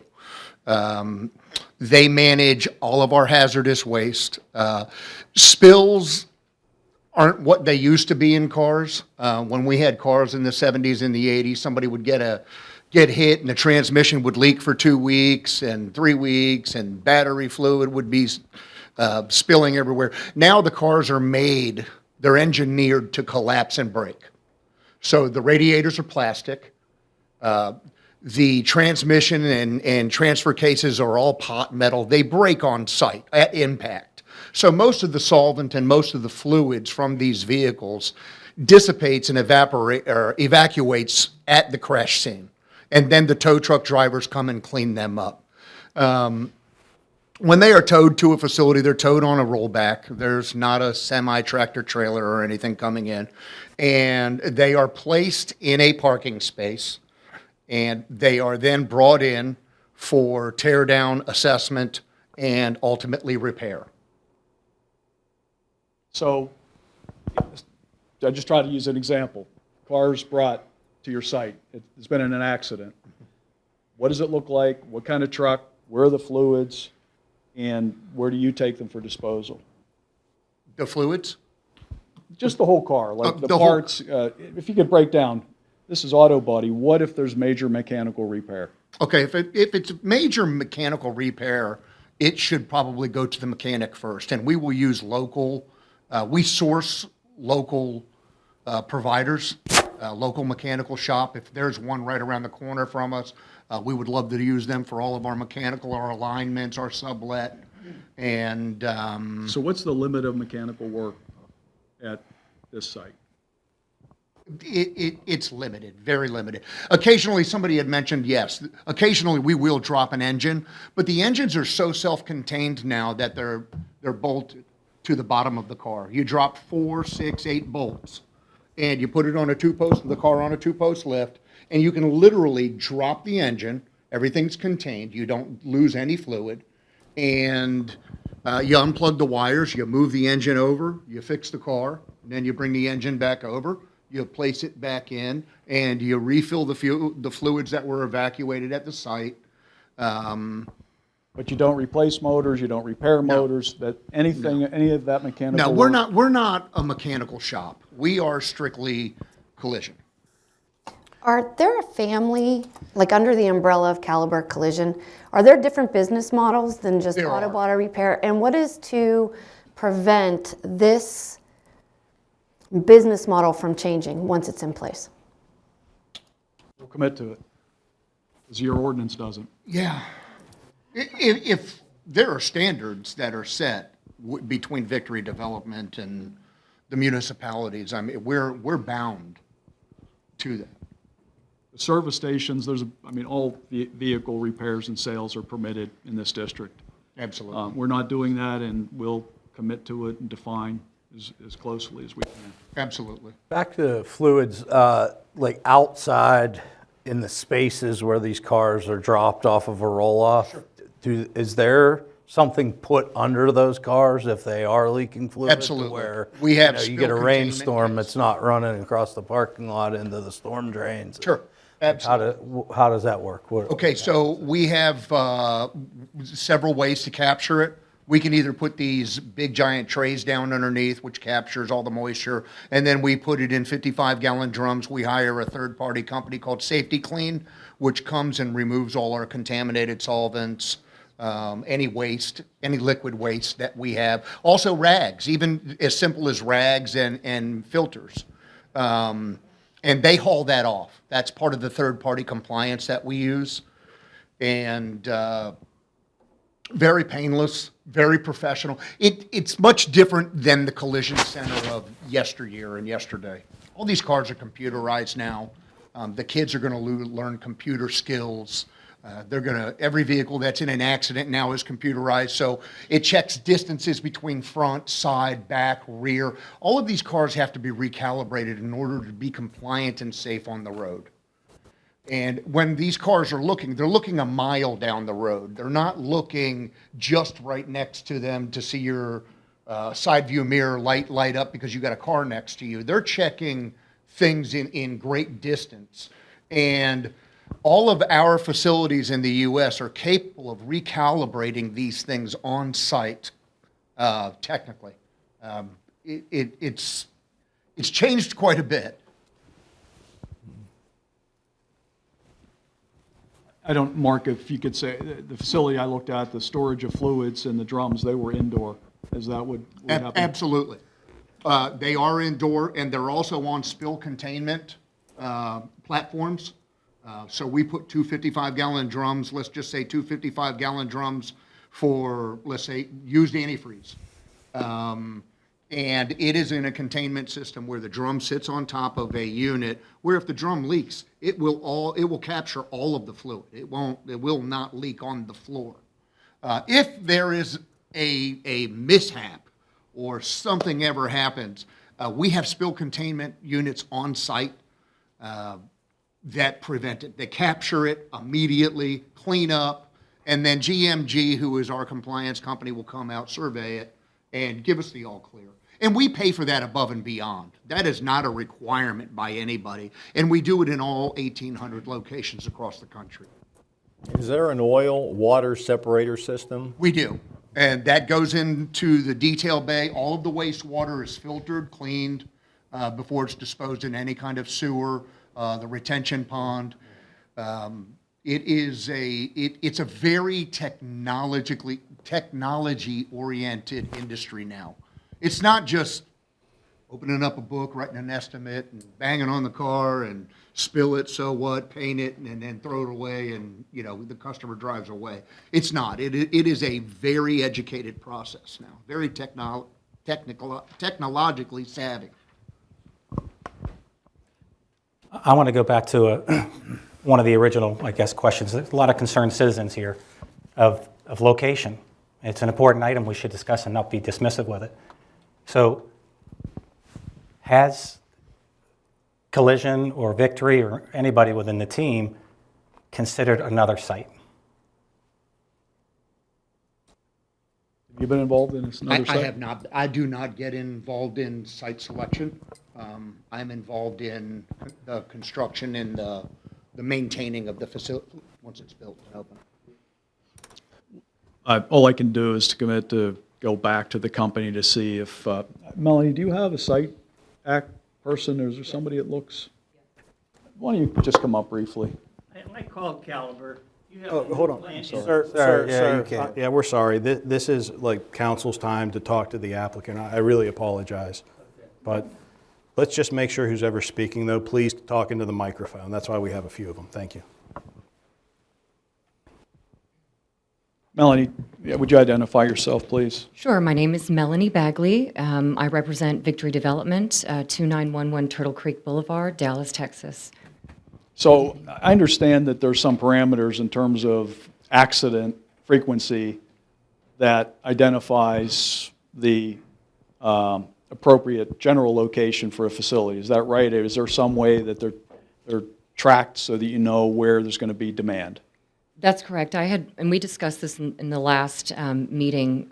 There are, Caliber Collision receives data from local, national, very large insurance companies where they identify the number of accidents and a need for those additional facilities.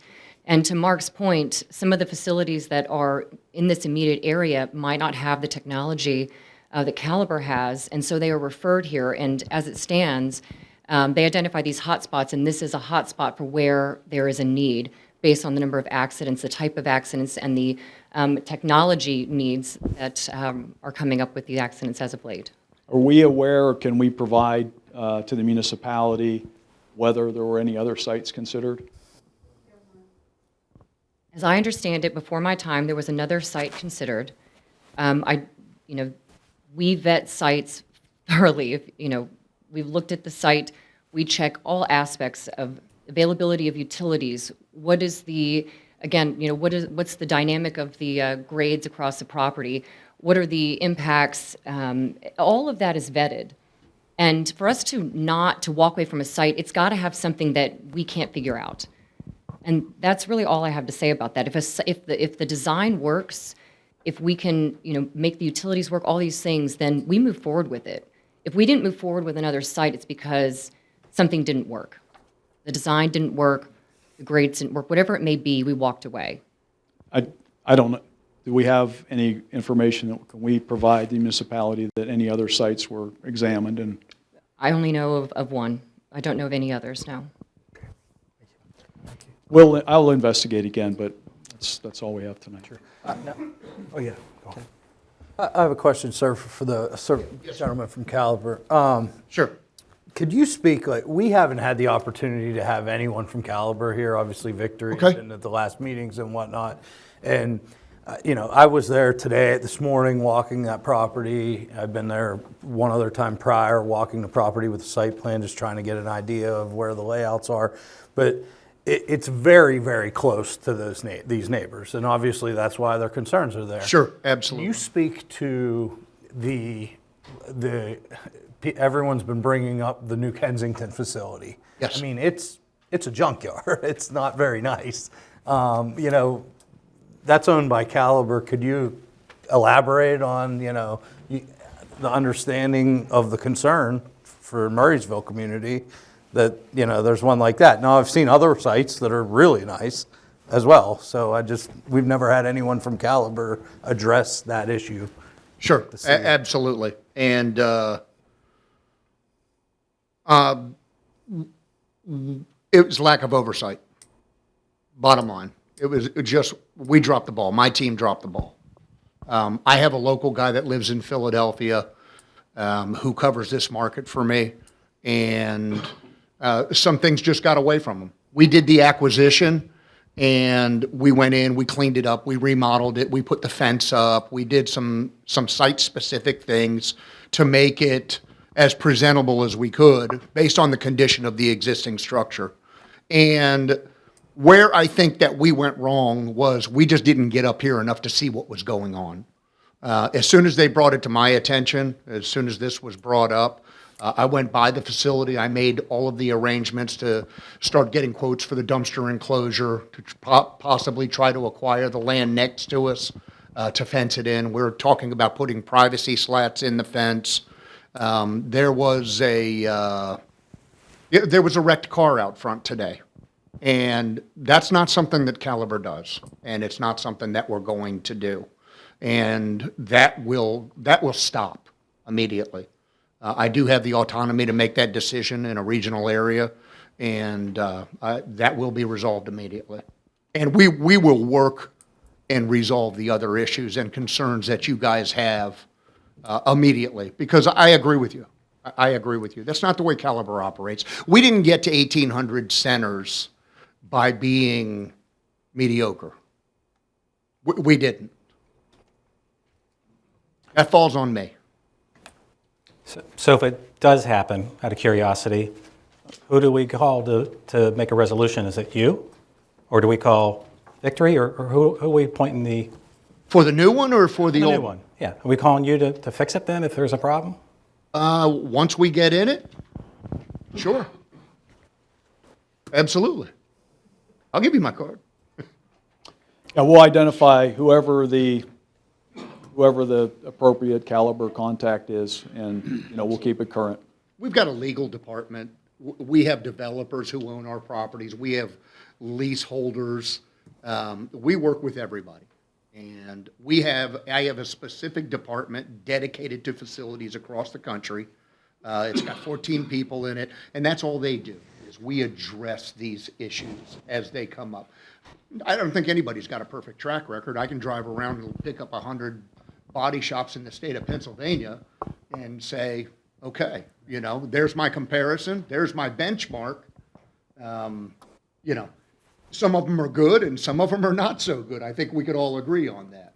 And I think sometimes everybody misses the mark a little bit. And we're working to, I will resolve that. We will resolve that immediately. Thank you for taking responsibility for that. I had a couple questions about really what was given to us. First, Michael, were there any more updates to the paperwork that we received past, I think the final rev I see on here is 2-1? No, not that I'm aware of. Okay, because I am seeing several outstanding items like an air quality study and a community impact study that was not provided with the submission. So are those going to be forthcoming? I mean, do we approve something like this without those kind of studies being done? I also see that no traffic study was done. Yeah, I did have some. I think you had some questions about that if you want to take over. Let me say this, I'll defer to staff and our planning department in terms of, are there any studies that are required that we should have got that we didn't get? So, I mean, is that your question essentially, Ms. Lang? Well, I see some items on here say this item will remain as a condition of any approval that may be granted for this application. And then I see this item remains outstanding. So why would it be outstanding if it wasn't required? And it's also listed on the itemized list at the end, right here, 1 through 15.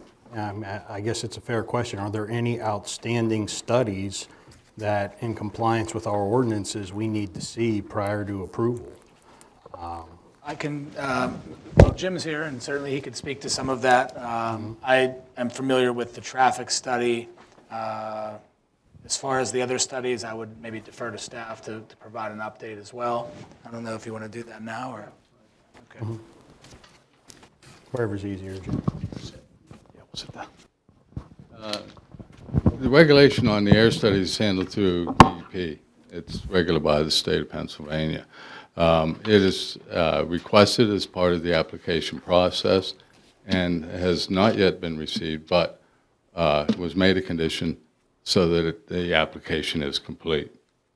And I will say that's pretty standard, because come to think of it, when we had other large land developments, Olympus and whatnot, that is generally they had to get us the studies as a part of the development process, because a lot of these studies can't even be done until later. That being said, what about the highway this study? Because obviously this is on a highway. A lot of people are concerned about traffic, so.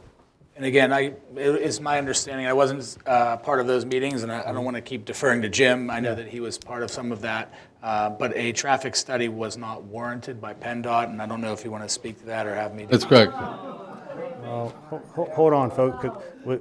I wish we commanded PennDOT, but Jim, what? There was a preliminary meeting with PennDOT, the developer, representative, traffic engineer representing Victory Development, and our traffic engineer, and discussions based on the number of trips to be generated by the development. It was PennDOT's opinion that a traffic study was not required. Is it true the number of trips is within 3.39% of our ordinance to require the traffic impact study? That I can't answer. Because the documentation I received, the number of trips is 290 to 420, and our ordinance requires one for 300 trips.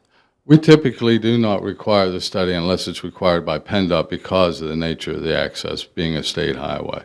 Well, let me put this forward. I mean, obviously, these studies often are done post-approval, and we're talking about requiring things potentially from the applicant that legally we cannot require.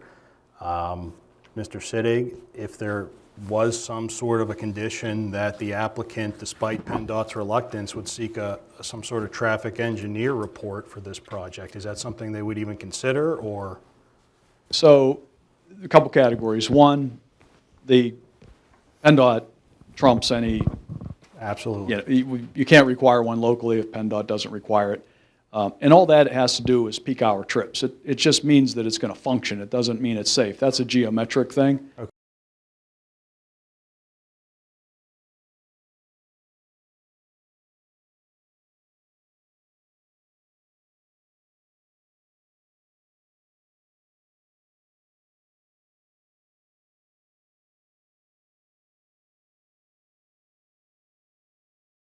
Cars would stack up and not be able to get into the driveway or out. Because we're not talking about an intersection, we're not talking about backing up, at a stop sign or anything. It's just like, are cars going to be able to turn in? Are cars going to be able to get out? And the question is not even close. The geometry that we've heard, which is really more important, getting off the road, because people tend to not obey the speed limits, that's a different thing, and that's geometry. That's not a traffic study, but that's part of the HOP.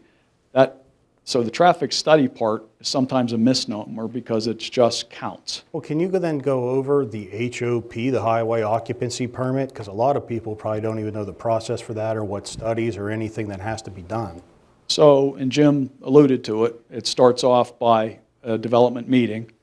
That's the end point. The back point, which is really important until you get to the actual decision to issue the HOP, this is the gating issue. PennDOT will not, as a matter of law, as DEP and other agencies won't, they won't spend the time to review a land development plan until it's approved.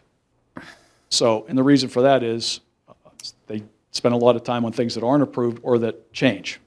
And this one probably has changed, so that they were just spinning their wheels. So we have to now get the approval. But what the framework has been set up already with the development meeting, and the gating issue is the development of the traffic study. What do you need now? What PennDOT's decided, what we need now is an approved land development plan from the municipality, and then they're going to have an application with just the geometry of the driveway. So this will be a driveway opening permit. Mr. Sittig, my concern is that road does not operate as engineered today. So how do we help the citizens in their safety? So, one, your municipality's at the table with the developer, with PennDOT, in the engineers, and they're all talking about this. Do you need a decel lane? Do you have a place to pull off? I'm not party to that, but that's typically the things that happen so that you avoid rear-end accidents and you have sight distance clearance. I can see a problem. This is all in the same thing. If you're traveling on 22 going west, and if you try to turn into Berkshire, there's a narrow space right there. And I know there's been a question brought up by Paul, the first speaker today, about snow removal is a problem there. But what I was thinking is, I know Troy and his wife, was that, and you might say, well, why don't they just go down to Harrison City Road and take the U-turn and come back? Well, a lot of them may not, the truck. So what I'm saying is that there's a problem there because if the truck goes into Berkshire, how is it going to turn around? And it'll basically go in their driveway. I'm being a little facetious, but not too far. So I'm not asking for your answer, but I think that is, Jim, that seems to be a problem. Typically, in addition to the PennDOT requirement for review of the traffic study, typically the municipality will require a traffic study if the development is within a traffic impact area, because we have traffic impact fees. This is not the case for that particular property. The second issue is that in most instances, the experiences that we have with traffic issues are enforcement issues. They're not typically design issues.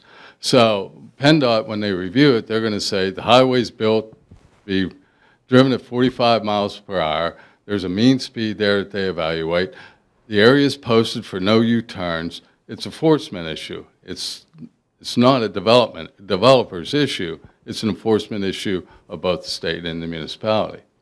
I think there's been fatalities at the next intersection in the past 10 years. So we could argue there is a design issue there. Well, it gets down to what do you use the property for? And this is the overall view. You can say you can't make any turns in there into this site. That's fine. That's, then you can't do anything. That should be, in my opinion, a requirement that, you know, trucks over a certain size cannot utilize that, otherwise there's going to be a problem. Well, what I'd go to the other end. This is a very, very low impact traffic and truck use versus things that are permitted in here. So to the extent that you want to talk to us about size of the truck, is there going to be a WB67 in there? We'll talk about it. We'll tell you whether we can limit it. Other people would say I don't have to do that. We're willing to talk about that in trucks. What we do know is that these aren't the biggest trucks. These aren't big industrial trucks. And the volume is really low compared to things that are permitted by right here. So if you're saying, look, it's dangerous to do a right turn off or to turn into that traffic, then you're saying then you don't have any driveways. That's a different question. And you know, we obviously disagree with that. PennDOT has regs. There are separations from Berkshire in the intersection. There are separation distances. There are restrictions on turning movements, and there are curb radii and separations, and they'll all be designed to meet all that. You know, other than to say, look, and we hear this all the time, it's just not safe. And I say thank you for being concerned about our safety, but this owner has decided, and PennDOT's decided, it's permitted, and it's an acceptable risk for the condition of the road. And Jim, what you're saying on that, on the traffic side of that is it's more of an enforcement issue. Like, for instance, we say no Jake brakes, like Mr. Metzler said. That doesn't mean they don't use them there. Right. You know what I mean? We got signs with flashers and I believe whatever. that left-hand turn is signed as a no U-turn. Right, there. right. And, but we're saying the trucks are just going to do that. That's a perfect example there. That turn into Berkshire. Berkshire, yeah, thank you. There's a pork chop there. That island is designed specifically to permit that U-turn in there. Mm-hmm. So they're either mounting the curb or they're going down and into the neighbor's yard. But PennDOT, when that entrance was designed, it was designed to alleviate that concern. So again, it becomes an enforcement issue. Right, that's PennDOT's argument. Is That's the right. fact that it's designed properly. It's more. So then again, it goes to the next intersection with the fatal intersection. Right, yeah. Yeah. Mr. Siddick, I respect the fact that you said it's just not safe. You know, you've heard it. I just traveled on 22 to make that right into Berkshire 2 days ago. I had to do 65 miles an hour to not get run over by traffic. I almost got rear-ended just pulling into that residential district. Now we're going to stack two entrances right next to each other. To me, it's just common sense. I don't really care what PennDOT says if they say it's safe. I've driven it, and I know it's not safe. So in my conscience is saying, what if that were my kid driving there and wanting to pull in? Or, you know, if there's some kind of fatality there because this went through, I don't know that I could sleep at night. So, I mean, I'm just saying, I've driven it. I know, like, this is an emotional thing, but I'm just saying, where is the point then? If legally you're telling us this is law and we have to go by it, but yet common sense, we know it doesn't make sense. I There's disagree no with the recourse? premise that you can't make a safe turn into that driveway. Hold on. So Everybody, come on. We understand this is very, very sensitive, and I'll be honest, I agree with everybody here. I probably would, I know I wouldn't want this in my backyard, so. Yeah, let's that we let can Mr. agree on. Siddig, finish his explanation to Ms. Ling's question. Thank you. Yeah, and it is, so I don't think anybody's saying there's zero risk. I'm saying within the design parameters for permitting, PennDOT has more rigorous standards than you would typically on a township road for all these design issues. it's within those parameters. And I can say, for example, you would not live in my home then, because to make a right into my driveway, you would say that really shouldn't be built, that some people have an acceptable risk, and that's it. But we're comfortable, unlike all these different geometries, there are roads that are built that are substandard. This is meeting the modern standards. It meets the modern design standards. Now, is there a way to make it better? We're here with the municipality and PennDOT to say, is there like a decel lane pull off? Can we do something? That's the kind of thing that we're doing. Is there a way to make it safer? And I heard a gentleman here, and I get it, he crosses rumble strips. I get, that's what we commonly do to sort of give people the room to get around us. I don't know the geometry on that. That is a PennDOT issue. You can decide that you can't lay awake or not. The only thing I would say is that authority has been lifted from you. That's not your concern. And whether you think it's safe anyway, it's not within your purview, frankly. And PennDOT, you may not agree with what they've decided on the speed of the road or the sight distances, but it's a legal driveway.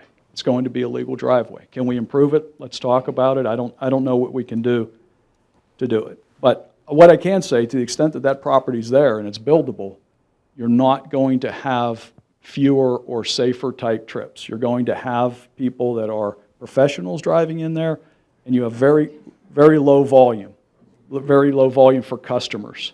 So there are very high volume retail, drive-through uses, high occupancy uses that could be permitted in these driveways. So what I'd submit to you is, while you're uncomfortable with the safety, relatively speaking of what you can do, this use is relatively safe compared to what can go in there by right, legally.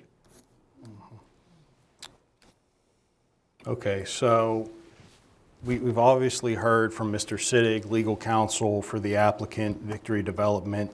Mr. Long, I think we need to hear from you because, right now, the motion that is before us is, the way it was worded was to consider. So whenever or no, yay or nay. And I think that kind of gives people the inference that we just have the right to say, you know what, we think this project is a bad idea, so just no vote, nay, go away. Now, can you just try to explain and this is a big question, I understand, Adam, but explain zoning districts and the permitted use process and how exactly that works, and what are legally this council's powers in terms of this project? Because I think that really, from our legal counsel, just needs to kind of be on the record. Thank you, Mr. Chairman. While understanding that this is obviously a very contentious, process and controversial project, the Murraysville zoning code lays out in the various zoning districts what is a permitted or conditional use. This property does in fact lay in the B business district, and in our zoning regulation, there is a table of everything that is a permitted or conditional use in that zoning district. As the applicant has applied under vehicle repair garage, that is a permitted use, meaning that this council's ability to put conditions on the property is extremely limited. So that being said, I think the council, when voting, and my understanding is that this proposed development does meet all of our regulations for this use in this district. So anytime you're looking at a proposed development, you're looking at what the property's zoned and what the proposed use is, and then where those two cross, there's a letter, and if that letter's permitted, or P, in other words, it's allowed. And the municipalities and this council's ability to put conditions on it is extremely limited. That being said, there are some conditions you can put on, but Mr. Sittig and Victory have apparently offered to go above and beyond and commit to those conditions. And Mr. Chairman asked that question very bluntly, and Mr. Sittig responded in the affirmative that they would agree to be bound by these conditions. If the council would choose to deny the application and, you know, the developer would choose to proceed to a court or some sort of appellate redress, those conditions that Mr. Sittig or the developer has agreed to here go out the window. At that point, it is literally whatever is written in our ordinance, and that could potentially be worse than, you know, maybe the unhappy but compromised position here tonight. So I would just caution the council that when you're voting, know that, you know, there are certain limitations that you have by the fact that this is in fact a permitted use in the zoning district. Okay, wonderful. Thank you very much. I think that really encapsulated it. So council question, yeah, Matt. I do have a question. So there's conditions that are listed in here already. Can we impose new conditions or additional conditions? I don't know how that works. I'm not sure. Mr. Sittig is apparently. And along with that, what time frame? Thank you. Yeah, I mean, that was my next one. next 10 minutes? No, but in the next week or something like that. I don't know, did you have I know you'd said you were prepared to offer conditions. Have those been flushed out with the developer that would allow you to speak to them here tonight? In some, so I'm looking at a framework. I'm trying to say, I'm a neighbor, I don't want this here at all, but if I have to live with it, what can we do so that if there's a bad actor or they have, you know, a new Ken that gets out of control, what can I do? I was looking at some basic things. One, while there's not typically a lot of noise associated with the body work as compared to the repair, one of the things that was reviewed was whether the doors are closed at all time. Obviously not in transit, but not open for the weather. Like in comparison to Conley's that doesn't have air conditioning, these doors would be closed at all times. That's like a very big noise issue. To the extent that there's any concern about not doing any mechanical repairs, except directly related to the body work, hours of operation, because Caliber's hours, as compared to, you know, folks that I know, like the mom and pop and my buddy that does it, are much narrower. It's more corporate hours, so you don't worry about evenings and weekends. One of the things that I noticed at Conley's, there's no restrictions on outdoor storage. There are a lot of what you see in the business. There's the scrap dealers that come and pull them off the site, and so they're sometimes done when it's most convenient. So that it has to be in containers or inside. There's nothing. One of the things that I thought, and just looking at the new Ken, I don't have everybody can think about it. These are things that I was thinking about. That no cars, what we were trying to do, notice from our neighbor's standpoint, if the cars are in the spaces, you're looking over them. And by and large, when you look at these cars, they don't look like wrecks, you know, they're not rollover cars, right? It's not a junkyard, you're looking over it. They should be tucked into the fence in the spaces. So we would say none of the cars are stored in any aisles or non-spaces. They're either inside or they're in a parking space, and that would assure they're up against the fence. To the extent that there's some fencing, additional fencing, screening, we think they are screened for the people despite the, which will help over time with the green giants that are going to grow fast. But even immediately with the fence, we think the visual impact will be minimized.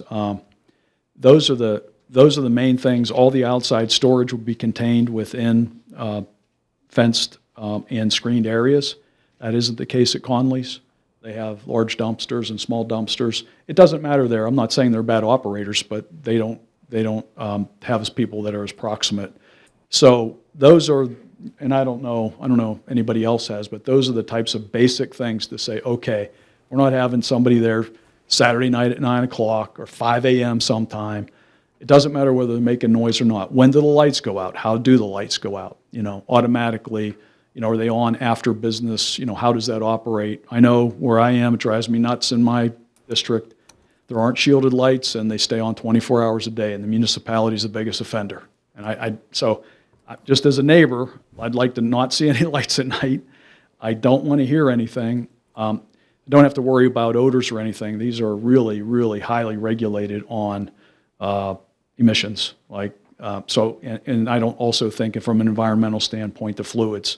I think those are other agencies that are better able to handle that, and they're already being handled. So that was sort of my world, reviewing with my client to say, okay, we'd like you to go away, but if you have to operate, we're going to put you in this box and make sure it stays like that, and it's the best it can be. Are there paint booths? There are. In this facility? Mhm. Should be. Yeah, how is that enclosed and encapsulated? Like, could that be explained? Could you repeat that, please? Are there paint booths? Like Yes. painting is done on site in Absolutely. the facility? How is that kept inside? Smell, like we're speaking to smell, noise, everything. Okay. Could you explain? Sure, absolutely. So it is a self-contained unit. It's got fire suppression in it. It draws air in from the outside, from the ceiling, and it goes through a floor, through a filtration system, and then it exits the building again. The EPA requires that we arrest 98% of the particulates that leave a spray booth, and we do. We have a dual filtration process that captures the 98%, the minimum standard, and in a lot of instances, we even exceed that. The overspray that is emitted, the small portion, is usually dry because it's heated. You know, these are factory baked finishes, basically. So it's heated when it hits, you know what I mean? It goes up, it dries, and when it doesn't really come back down, you know, it's very clean nowadays. Look, the government regulates this thing very heavily, and we even police it more than expected. How frequently do you police it? Pardon? How frequently do you police it? How often do you test that your filtration system is up to par? The spray booths are computerized now, so they tell us. We have LED screens and digital screens, so we can go in there and program it, and we can tell, the booth will tell us when it's time to change filters, when we've got so many hours on it, when we've got so many pounds of air, when we see air restrictions. We know the technology is there that provides us with all of the information and tools in order to make an immediate correction, and we do. Do you or the EPA test the actual air that's leaving through the stack? They don't. They don't. They set a minimum standard, and now all of the filter manufacturers have to meet that standard. So when we buy the filters, we're buying an EPA standard filter.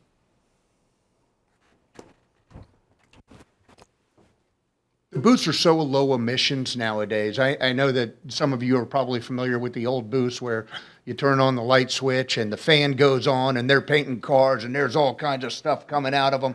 They just don't do that anymore. We pay $200,000 a booth, which is a significant investment. We put 2 booths in. We have a self-contained mixing room. It's got a 5-inch lip on it.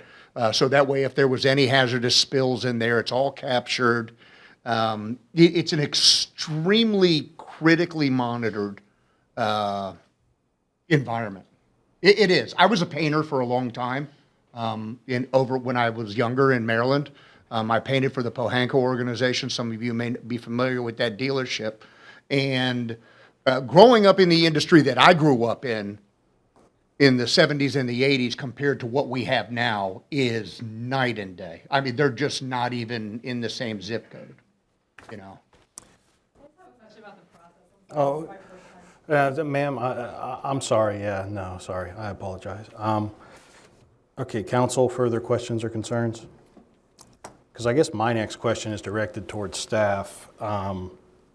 I think we understand what a big statement Mr. Sittig has made, and thank you, sir, and thank you, Bill. What a big statement Mr. Sittig has made when he says that essentially he'll agree to some extracurricular conditions on this development. So I would ask Mr. Nestico, Mr. Morrison, is that something that, you know, Carl, you made the comment, not in the next 10 minutes. Is this something that behooves us to take a look at? What are your thoughts? I'm deferring a little bit to staff here. That's what I don't know. Jim, I'm not sure how to answer that. You mean, would you provide ideas on conditions you want in 2 weeks or 3 weeks? Well, no, the question is simply, I don't know if this applicant has said before. I'm sorry? Sure. I don't know if this applicant has said before, hey, we will just agree to conditions that are full-on extracurricular, acknowledging that they're fully voluntary. We can't order them to do this, but if they'll consent to them as a part of our approval, then that's as binding as anything. So I don't know if the developer has said that before, and that's kind of factored in to the planning and analysis of this, or if that's something the developer has said, you know what, we're trying to be good neighbors, so this is what we're doing right now tonight. We're letting everybody know this is what we're doing. And to me, the question is, again, I really like how Carl said it, not in the next 10 minutes, is this something that behooves all of us to not necessarily vote on tonight, so the planning department and staff and Victory can talk about this and potentially see, I don't know, there's been a lot of concerns raised tonight. I know there were concerns at the last meeting. Is there anything that could potentially be done? Like I brought up the highway study, didn't make sense. That's fine. Maybe something else does make sense. Well, there were a number of conditions that were incorporated in the final design of the plan as a result of input from both the Planning Commission and Council. Okay. For example, the trees, the cutoff ditch for the drainage, the dusk to dawn lights, no advertising on the west side of the building. So there were a number of things that were incorporated in the final plan that's been presented. Now, what other issues may come up, I don't know, or concerns that may come up. We do have a time waiver until the end of March. So this would have to be addressed in one way or another at the next meeting, unless the applicant would agree to another time waiver. Well, until the end of March is fine. So, I mean, just to me, recognizing the gravity of what Mr. Siddick had just said, I was expecting him to come in here and say, this is a permitted use, go ahead and deny it, I'll win eventually. And instead he said, we really want to work with you here to come up with some conditions. And, Adam used the word blunt, I guess it was, I said, will you allow us to incorporate these such that we could enforce them? And he went even a step further. He said he'll give private enforcement rights that run with the land so long as it's used for this type of development, which is gigantic. And that's a big statement. So I guess the question I have, and this is up to council, staff, what are we thinking? Do we just table this and just give 2 weeks to see if there's anything staff can come up with that's even worth thinking about? And then at the next meeting, we'll talk again and we can vote then. So this is just, this is off the cuff. So Jim, Mike, council? I think if that's council's decision to do that, but it sounds to me that a lot of the issues are centering around traffic and access. We have no control over that. Absolutely. That's PennDOT. And that's a PennDOT responsibility there. PennDOT will review the design for access to the site, and they will issue a highway occupancy permit if it meets their standards. Other issues as to whether a tree comes down or not comes down, maybe, but that's going to require field review. And Well, here's my question. So I'll finish up real quick. I have one last question, then I'll defer. I've been talking for forever, I know. Is there any, okay, I agree, sad but true, that's not our highway. HOP, that's up to the, Commonwealth. That being said, is there anything else? You heard a lot of people say, but it's right in my backyard. Now we can't help the fact it's going where it's going, it's private property. If, Caliber listens to the public just pleading to go somewhere else, hey, good on Caliber, but we just don't have the ability to force them to do that. But is there any type of more robust sound wall, more trees, anything that is within our purview that, maybe with this added leeway we have that Mr. Siddick just gave us, maybe we can look into that. Just something to, if it is approved, to lessen the impact. well, I believe they provided a noise study, met the requirements. In October of last year, when Caliber first approached the municipality about the concept and the use of the property, my first comment was to them, get it as far away from the property line as you can get it. And they began the investigation there. That property is challenging. It has topographical issues there. And through the process, I believe, the vetting by both the Planning Commission and by council, with input from the staff, that they've done as good a job as possible, given the circumstances of the property and the desires of the municipality, to try to minimize the impact on the adjacent property owners. If there are other ideas the council has to try to address the issues, those are certainly welcome. But understand there are limitations to that. That's where, yeah, go ahead, Carl. Carl, sorry. No, the one thing I would ask, is it possible or not to get an expedited sit-down with PennDOT in the next 7 days? Let me say this, Carl, we need to focus on what we can control as a municipality, because PennDOT, even if we get a sit-down, it's just words. There's nothing they're going to do. PennDOT is their own, and they deal with hundreds of municipalities. So to me, if this council is going to try to help here, we need to focus on what can we as a municipality require and do. And that's where, Jim, you did say we have to focus on, specific things. So let's think about that, I think. That's where, that's kind of where I'm at too, is, just being up there this morning and walking the property, I mean, it's close to these people's yards. It's right there. However, from the legal standpoint, when you talk to Adam and Mr. Sittig, there's really little we can do on a permissible use like that.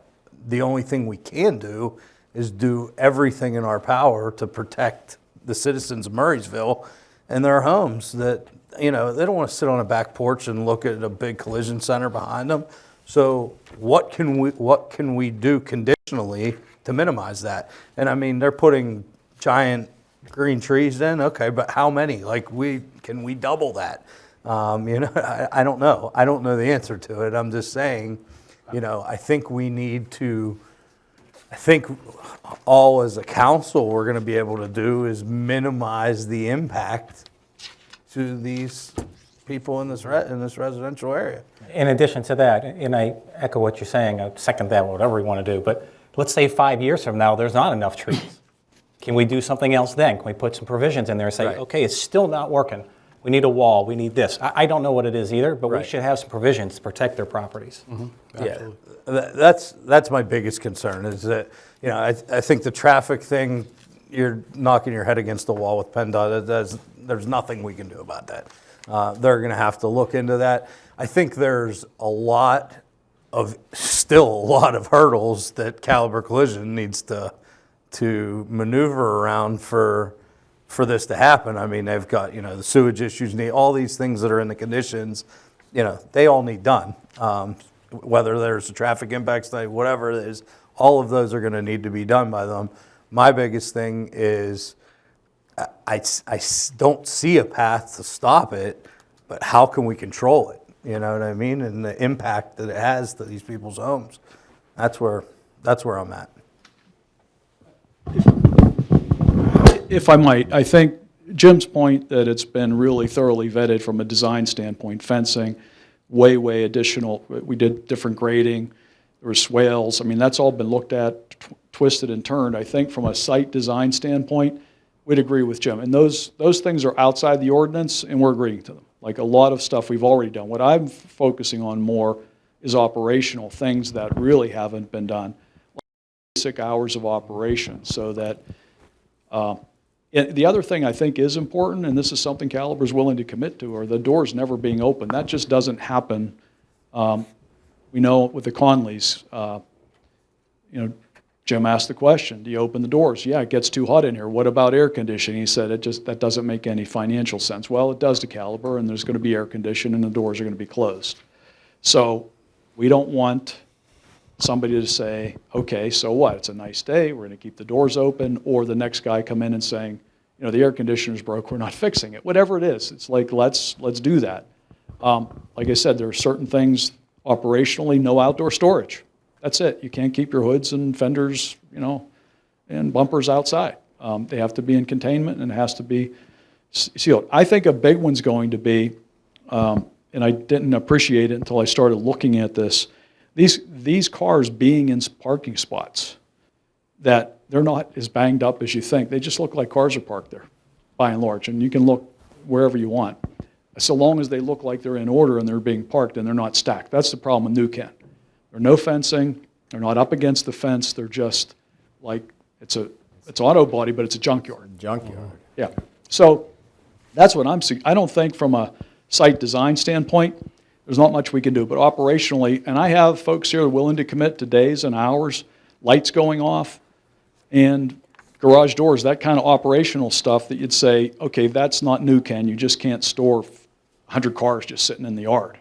But would they agree to no visible view from the residential No. areas to that? Trees, whatever needs to be put in? No, I think, So that they don't have a view?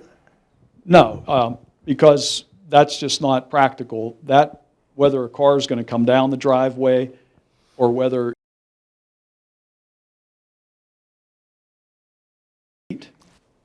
and looking like somebody's that's a retail center with cars. Instead of, we don't want it to look like a junkyard. We want it to look like cars are there, just like if I'm waiting to get my oil changed somewhere. Yeah, you're going to see my car, but it's not going to look like junk. I'm not going to have fenders sitting back there. I'm not going to have oil stored out there. I'm not going to have, there's not going to be anything. Convenience stores, I do a lot of them, convenience stores. They put all the junk outside. You got your windshield washer fluid, you got your ice machines. It's like, no, we want it. It is what it is. It's a collision place, but let's make it look like it's being run like a first-class business. And it's designed that way. We just want conditions because there's no condition right now that doesn't allow us to stack cars in there. Okay. There's nothing that says, I don't know, other operational ordinance that doesn't say we can work on Sunday or, into the evening, late into the night. So that's what I'm saying, just operational things. Well, and that's great clarification, and that's, again, everyone up here was saying, oh, I don't know. So to me, now if council has ideas they want to float out right now, great, but especially considering at the very least we have an extension until March, or throughout March, that we should, and well, first I'll say this, is there any further discussion about this tonight from council? It seemed to be wrapping up. So my suggestion to everyone is going to be, if we have an extension until March, we table this motion until the next meeting in March. We take some time to consider these operational and other conditions. We'll have staff work with the applicant. Let's do everything we can. There's been a lot of concerns raised by by residents who took the time to be here, who sent emails. If we I recognize, we're not the lords of the municipality. We simply don't say, nah, we don't like this, go away. But anything we can do to lessen the impact on these residents, because, what you have said, Mr. Sittig, in terms of allowing us to incorporate these conditions as a condition that runs with the land with private enforcement rights, that's huge. And I would just want to take some time to flesh this out before council votes, and so everybody understands. So that would be my thought. It shouldn't be misrepresented, because what is in these, and we do them all the time, it's more of an urban setting, is there won't be any frivolous enforcement either, because we'll be able to get in, because we don't want it to be used as a sword. Well, and as we'll say, it's really if the municipality's not doing its job. And you'd say, I have to do it. Absolutely, and this isn't for frivolous enforcement or to open yourself up to people doing things like that. But, hypothetically, I'm sure in New Kensington, for example, there's probably some ordinance being violated, and because of their code enforcement issues, they just can't get to it. So it would be interesting if, for whatever reason, a private individual had the right to enforce a Murraysville ordinance that wasn't enforced. That seems important, as well as all of these operational standards. So Well, in my hometown, I can tell you, the guy that does the body work, he helps the police cars and he does the municipal cars, and it's as bad as New Ken, and I live there, and I'm not happy about it. So, yeah, he has a right to do his business, but he should screen it, and they should park the cars where and they don't, and nobody cares. Well, So, you know, obviously in Murraysville, you know, we care and all these people care. So what I would suggest to council, if there's no final comments, so right now we have a motion on the floor.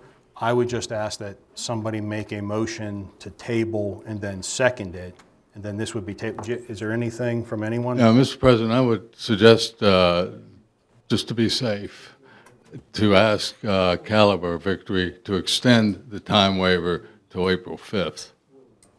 Is that? I don't think we really need to do that. We're able to come back on the 19th. The reason I say that is there really isn't that much operationally. I've thought hard about it because I wanted to offer as much as I could. And again, we all look people in the face. I think unless somebody has some ideas, there's not really much that we have to do. I do think it helps us because what I didn't want to do on our feet tonight is to commit to something we can't live with. Absolutely, absolutely. Right? And now, that's how I feel almost from council's end, that Carl's next 10 minutes comment. So what I would say is, if the applicant won't commit to April 5th now, what if we try for March? And if, we feel that we need April 5th at that point, or who knows, maybe in the interim, as these talks go on, there can be, it's not like you have to agree to an extension before council. If for whatever reason these talks go long and the applicant and staff think April 5th is necessary, we can just put it on administratively for then. Is that workable, Jim? I don't believe staff wants to be in a position to make a decision as to whether an issue that's being proposed is adequate or not. Okay, so that actually does make sense, because this is kind of council's bailiwick. So that's sort of, we're almost creating a discussion meeting and a voting meeting. That does sort of make sense. So if it's to the end of March already, Mr. Sittig, just to allow council to vet it and then vote on it. And I recognize Victory is, in terms of legally and how you've been, it's been gracious. Do you think they could give us till April 5th to have a final vote? Yes, they've authorized me to. Okay, thank you. So I'll do, that has to be in writing, and I'll provide that. absolutely, thank you, sir. So with that said, what? Yeah. Okay, so we're. Mr. Sittig, can I ask a question? Yeah, absolutely, go. Now, we talked about, I understand that PennDOT is the legal entity that would demand the traffic study, but of course, there's private studies that could be done. Would Victory be willing to provide a private traffic impact study? So I happen to know a lot about them because my clients have paid me to learn. You need to tell me what that means. Like, the traffic impact study in my lexicon and PennDOT lexicon is numbers of trips. What we're saying is no. We've listed the number of trips. It's not high enough that it makes any sense. I would get you from an engineer. So, for example, what they do, they set up counts, on the highway, and they'd say, this is what's going to happen, traffic separation to get out. The traffic engineer is going to say, no, it doesn't meet the threshold to do the counts. So I would get you, but that's what PennDOT has said. They've applied those basic engineering principles to say, no, it doesn't reach the threshold where numbers of trips are. When you get the geometry, it doesn't really matter what we say independently. That is absolutely going to be dictated by PennDOT. Now, the municipality, and we're at the table to make it as safe as we can, but those independent studies, any engineer coming in here, it's just not going to control the geometry. So it's not that they're not willing to do it, there's no purpose in it. It's a liability. A liability Down the road. for, If there were a traffic incident. Crash, fatality, a liability for whom? for the operator, Victory or Caliber. Yeah, that's an inaccurate statement. Okay. So. I just disagree with it. Yeah, so let me say this, so, again, that's an idea you had, Jason. Part of this tabling until April 5th for a final vote and a discussion at the next meeting is just to give everyone more time to think about those sort of requests and conditions and what's possible and what's feasible and what's necessary and what makes sense. And, what other adjectives we can come up with. So that being said, if there's no other objections or thoughts, I would ask for that motion to table. Because for the final vote, every condition that It we are has to be in putting writing. has to be written in writing. Every once in a while, we'll add like one condition at a meeting. You've seen that happen a million Yeah. times, but for something like this, it's obviously going to be in writing because it's contentious, so we'll make Right. sure everybody knows what's happening. But that's my thought, and I think at this point, we just need to take some time to just chew on this and think about it a bit more. I hate to kick cans down the road as much as anybody, but there's a lot to digest. There's a lot riding on this. I'll make the motion. I make a motion. Can I ask one more question? Is the issue with the traffic, the design of the highway and the enforcement of the design standards, or is it the number of trips that's going to be generated by the business? Because if it's the number of trips, I think that we could request Victory to provide traffic counts of like locations throughout the country to verify the number of trips that they in fact have stated to be 245 to 300. And that's the kind of thing, again, that, this extension and talking about it a bit more and this commitment from Victory and Caliber. So I just think we need more time to think about it. So the ideas like that are why we have just a little bit more time, I think, so. Because what you're saying there, Jim, is you're saying Victories or Calibers, the amount of trips going in and out of Caliber, they can look at similar locations for that. But what you're saying is the actions of the cars on the road on 22 is more of the issue, which is kind of outside of that parameter. That's correct. Right. There's nothing we can do to control that. Yeah, right. Again, whenever, anything that's in our application, whatever we've said the peak trips are, if we're exceeding them and that triggers something, we're out of compliance. So you can test it, but what I would say is you can go to Sacramento and see that something is really busy. We're telling you this store is going to operate at a cap of these numbers, and that's going to be our approval. If we trigger something, we have more and we trigger it, and that'll be dictated by the fact that there's some congestion, right? There are people, one of the things I've stopped representing people on is car washes, because the traffic engineers come in and say, we have queuing for 6 cars. Well, on a nice day in February, on a Saturday, they're out on the aprons. And that's, to your point, that may be legal, I'm just not comfortable doing that because I know what happens. So those are the Black Friday situations.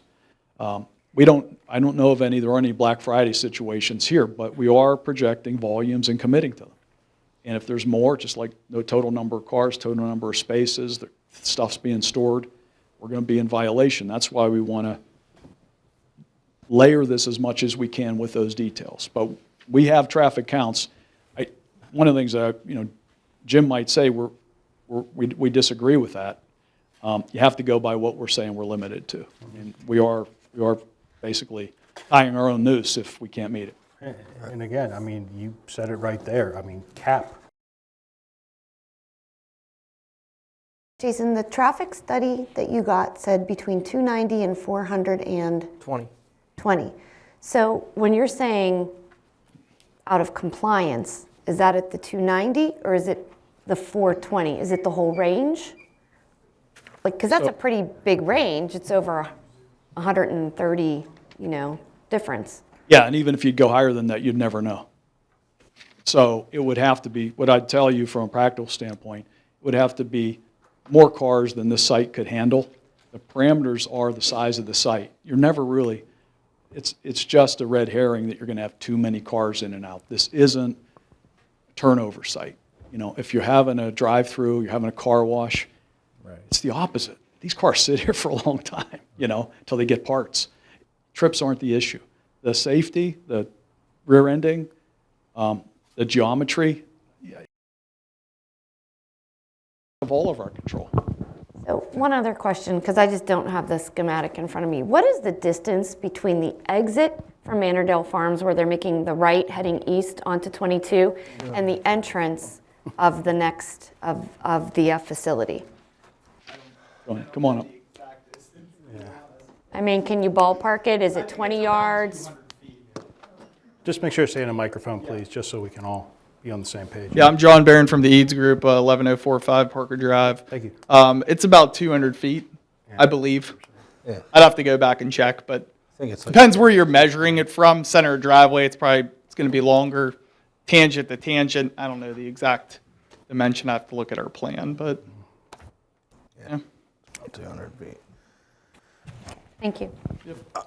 So, all right. Is there a motion? Yeah, I'll make a motion to push the discussion of the consideration approval of resolution number 786-24, or I'm sorry. 14A. Yeah, to push the consideration of SP 4-23, a major land development application caliber collision, 6037 William Penn Highway for a proposed 12,476 square foot auto repair center, tax parcel 49-20-00-0-037, B, business zoning, to the meeting on March 9th.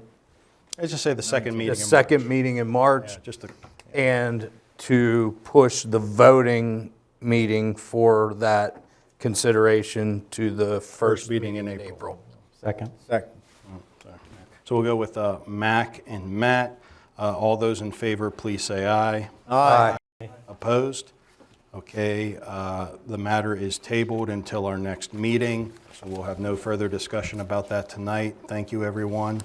Yeah, thank you, everyone. So give everybody a chance to clear out, I guess, or 14B is pretty, what? Yeah, I don't blame them. You guys want to stick around for the sewer management? Motion to approve resolution number 787-24, a resolution amending the municipality's official sewer management plan. I second it. Okay. Yep. They're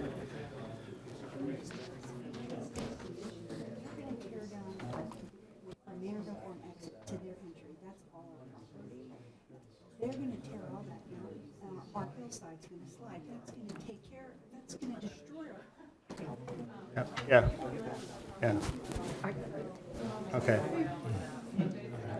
Thanks, everybody.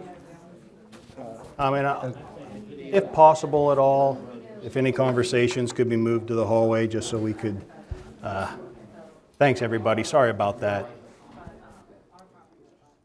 Okay, so Mr. Nestico, just while, this is pretty straightforward while everybody's clearing out, could you just give us a brief statement about 14B? Yes, this is for a mixed-use development of a retail space. Guys, could you move the conversations to the hallway, please? Thank you. Thank you.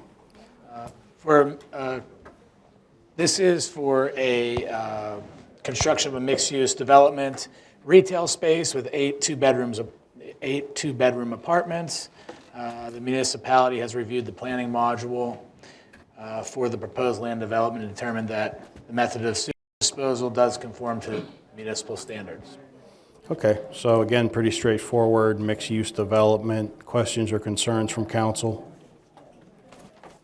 Okay, hearing none. All those in favor, please say aye. Aye. Opposed?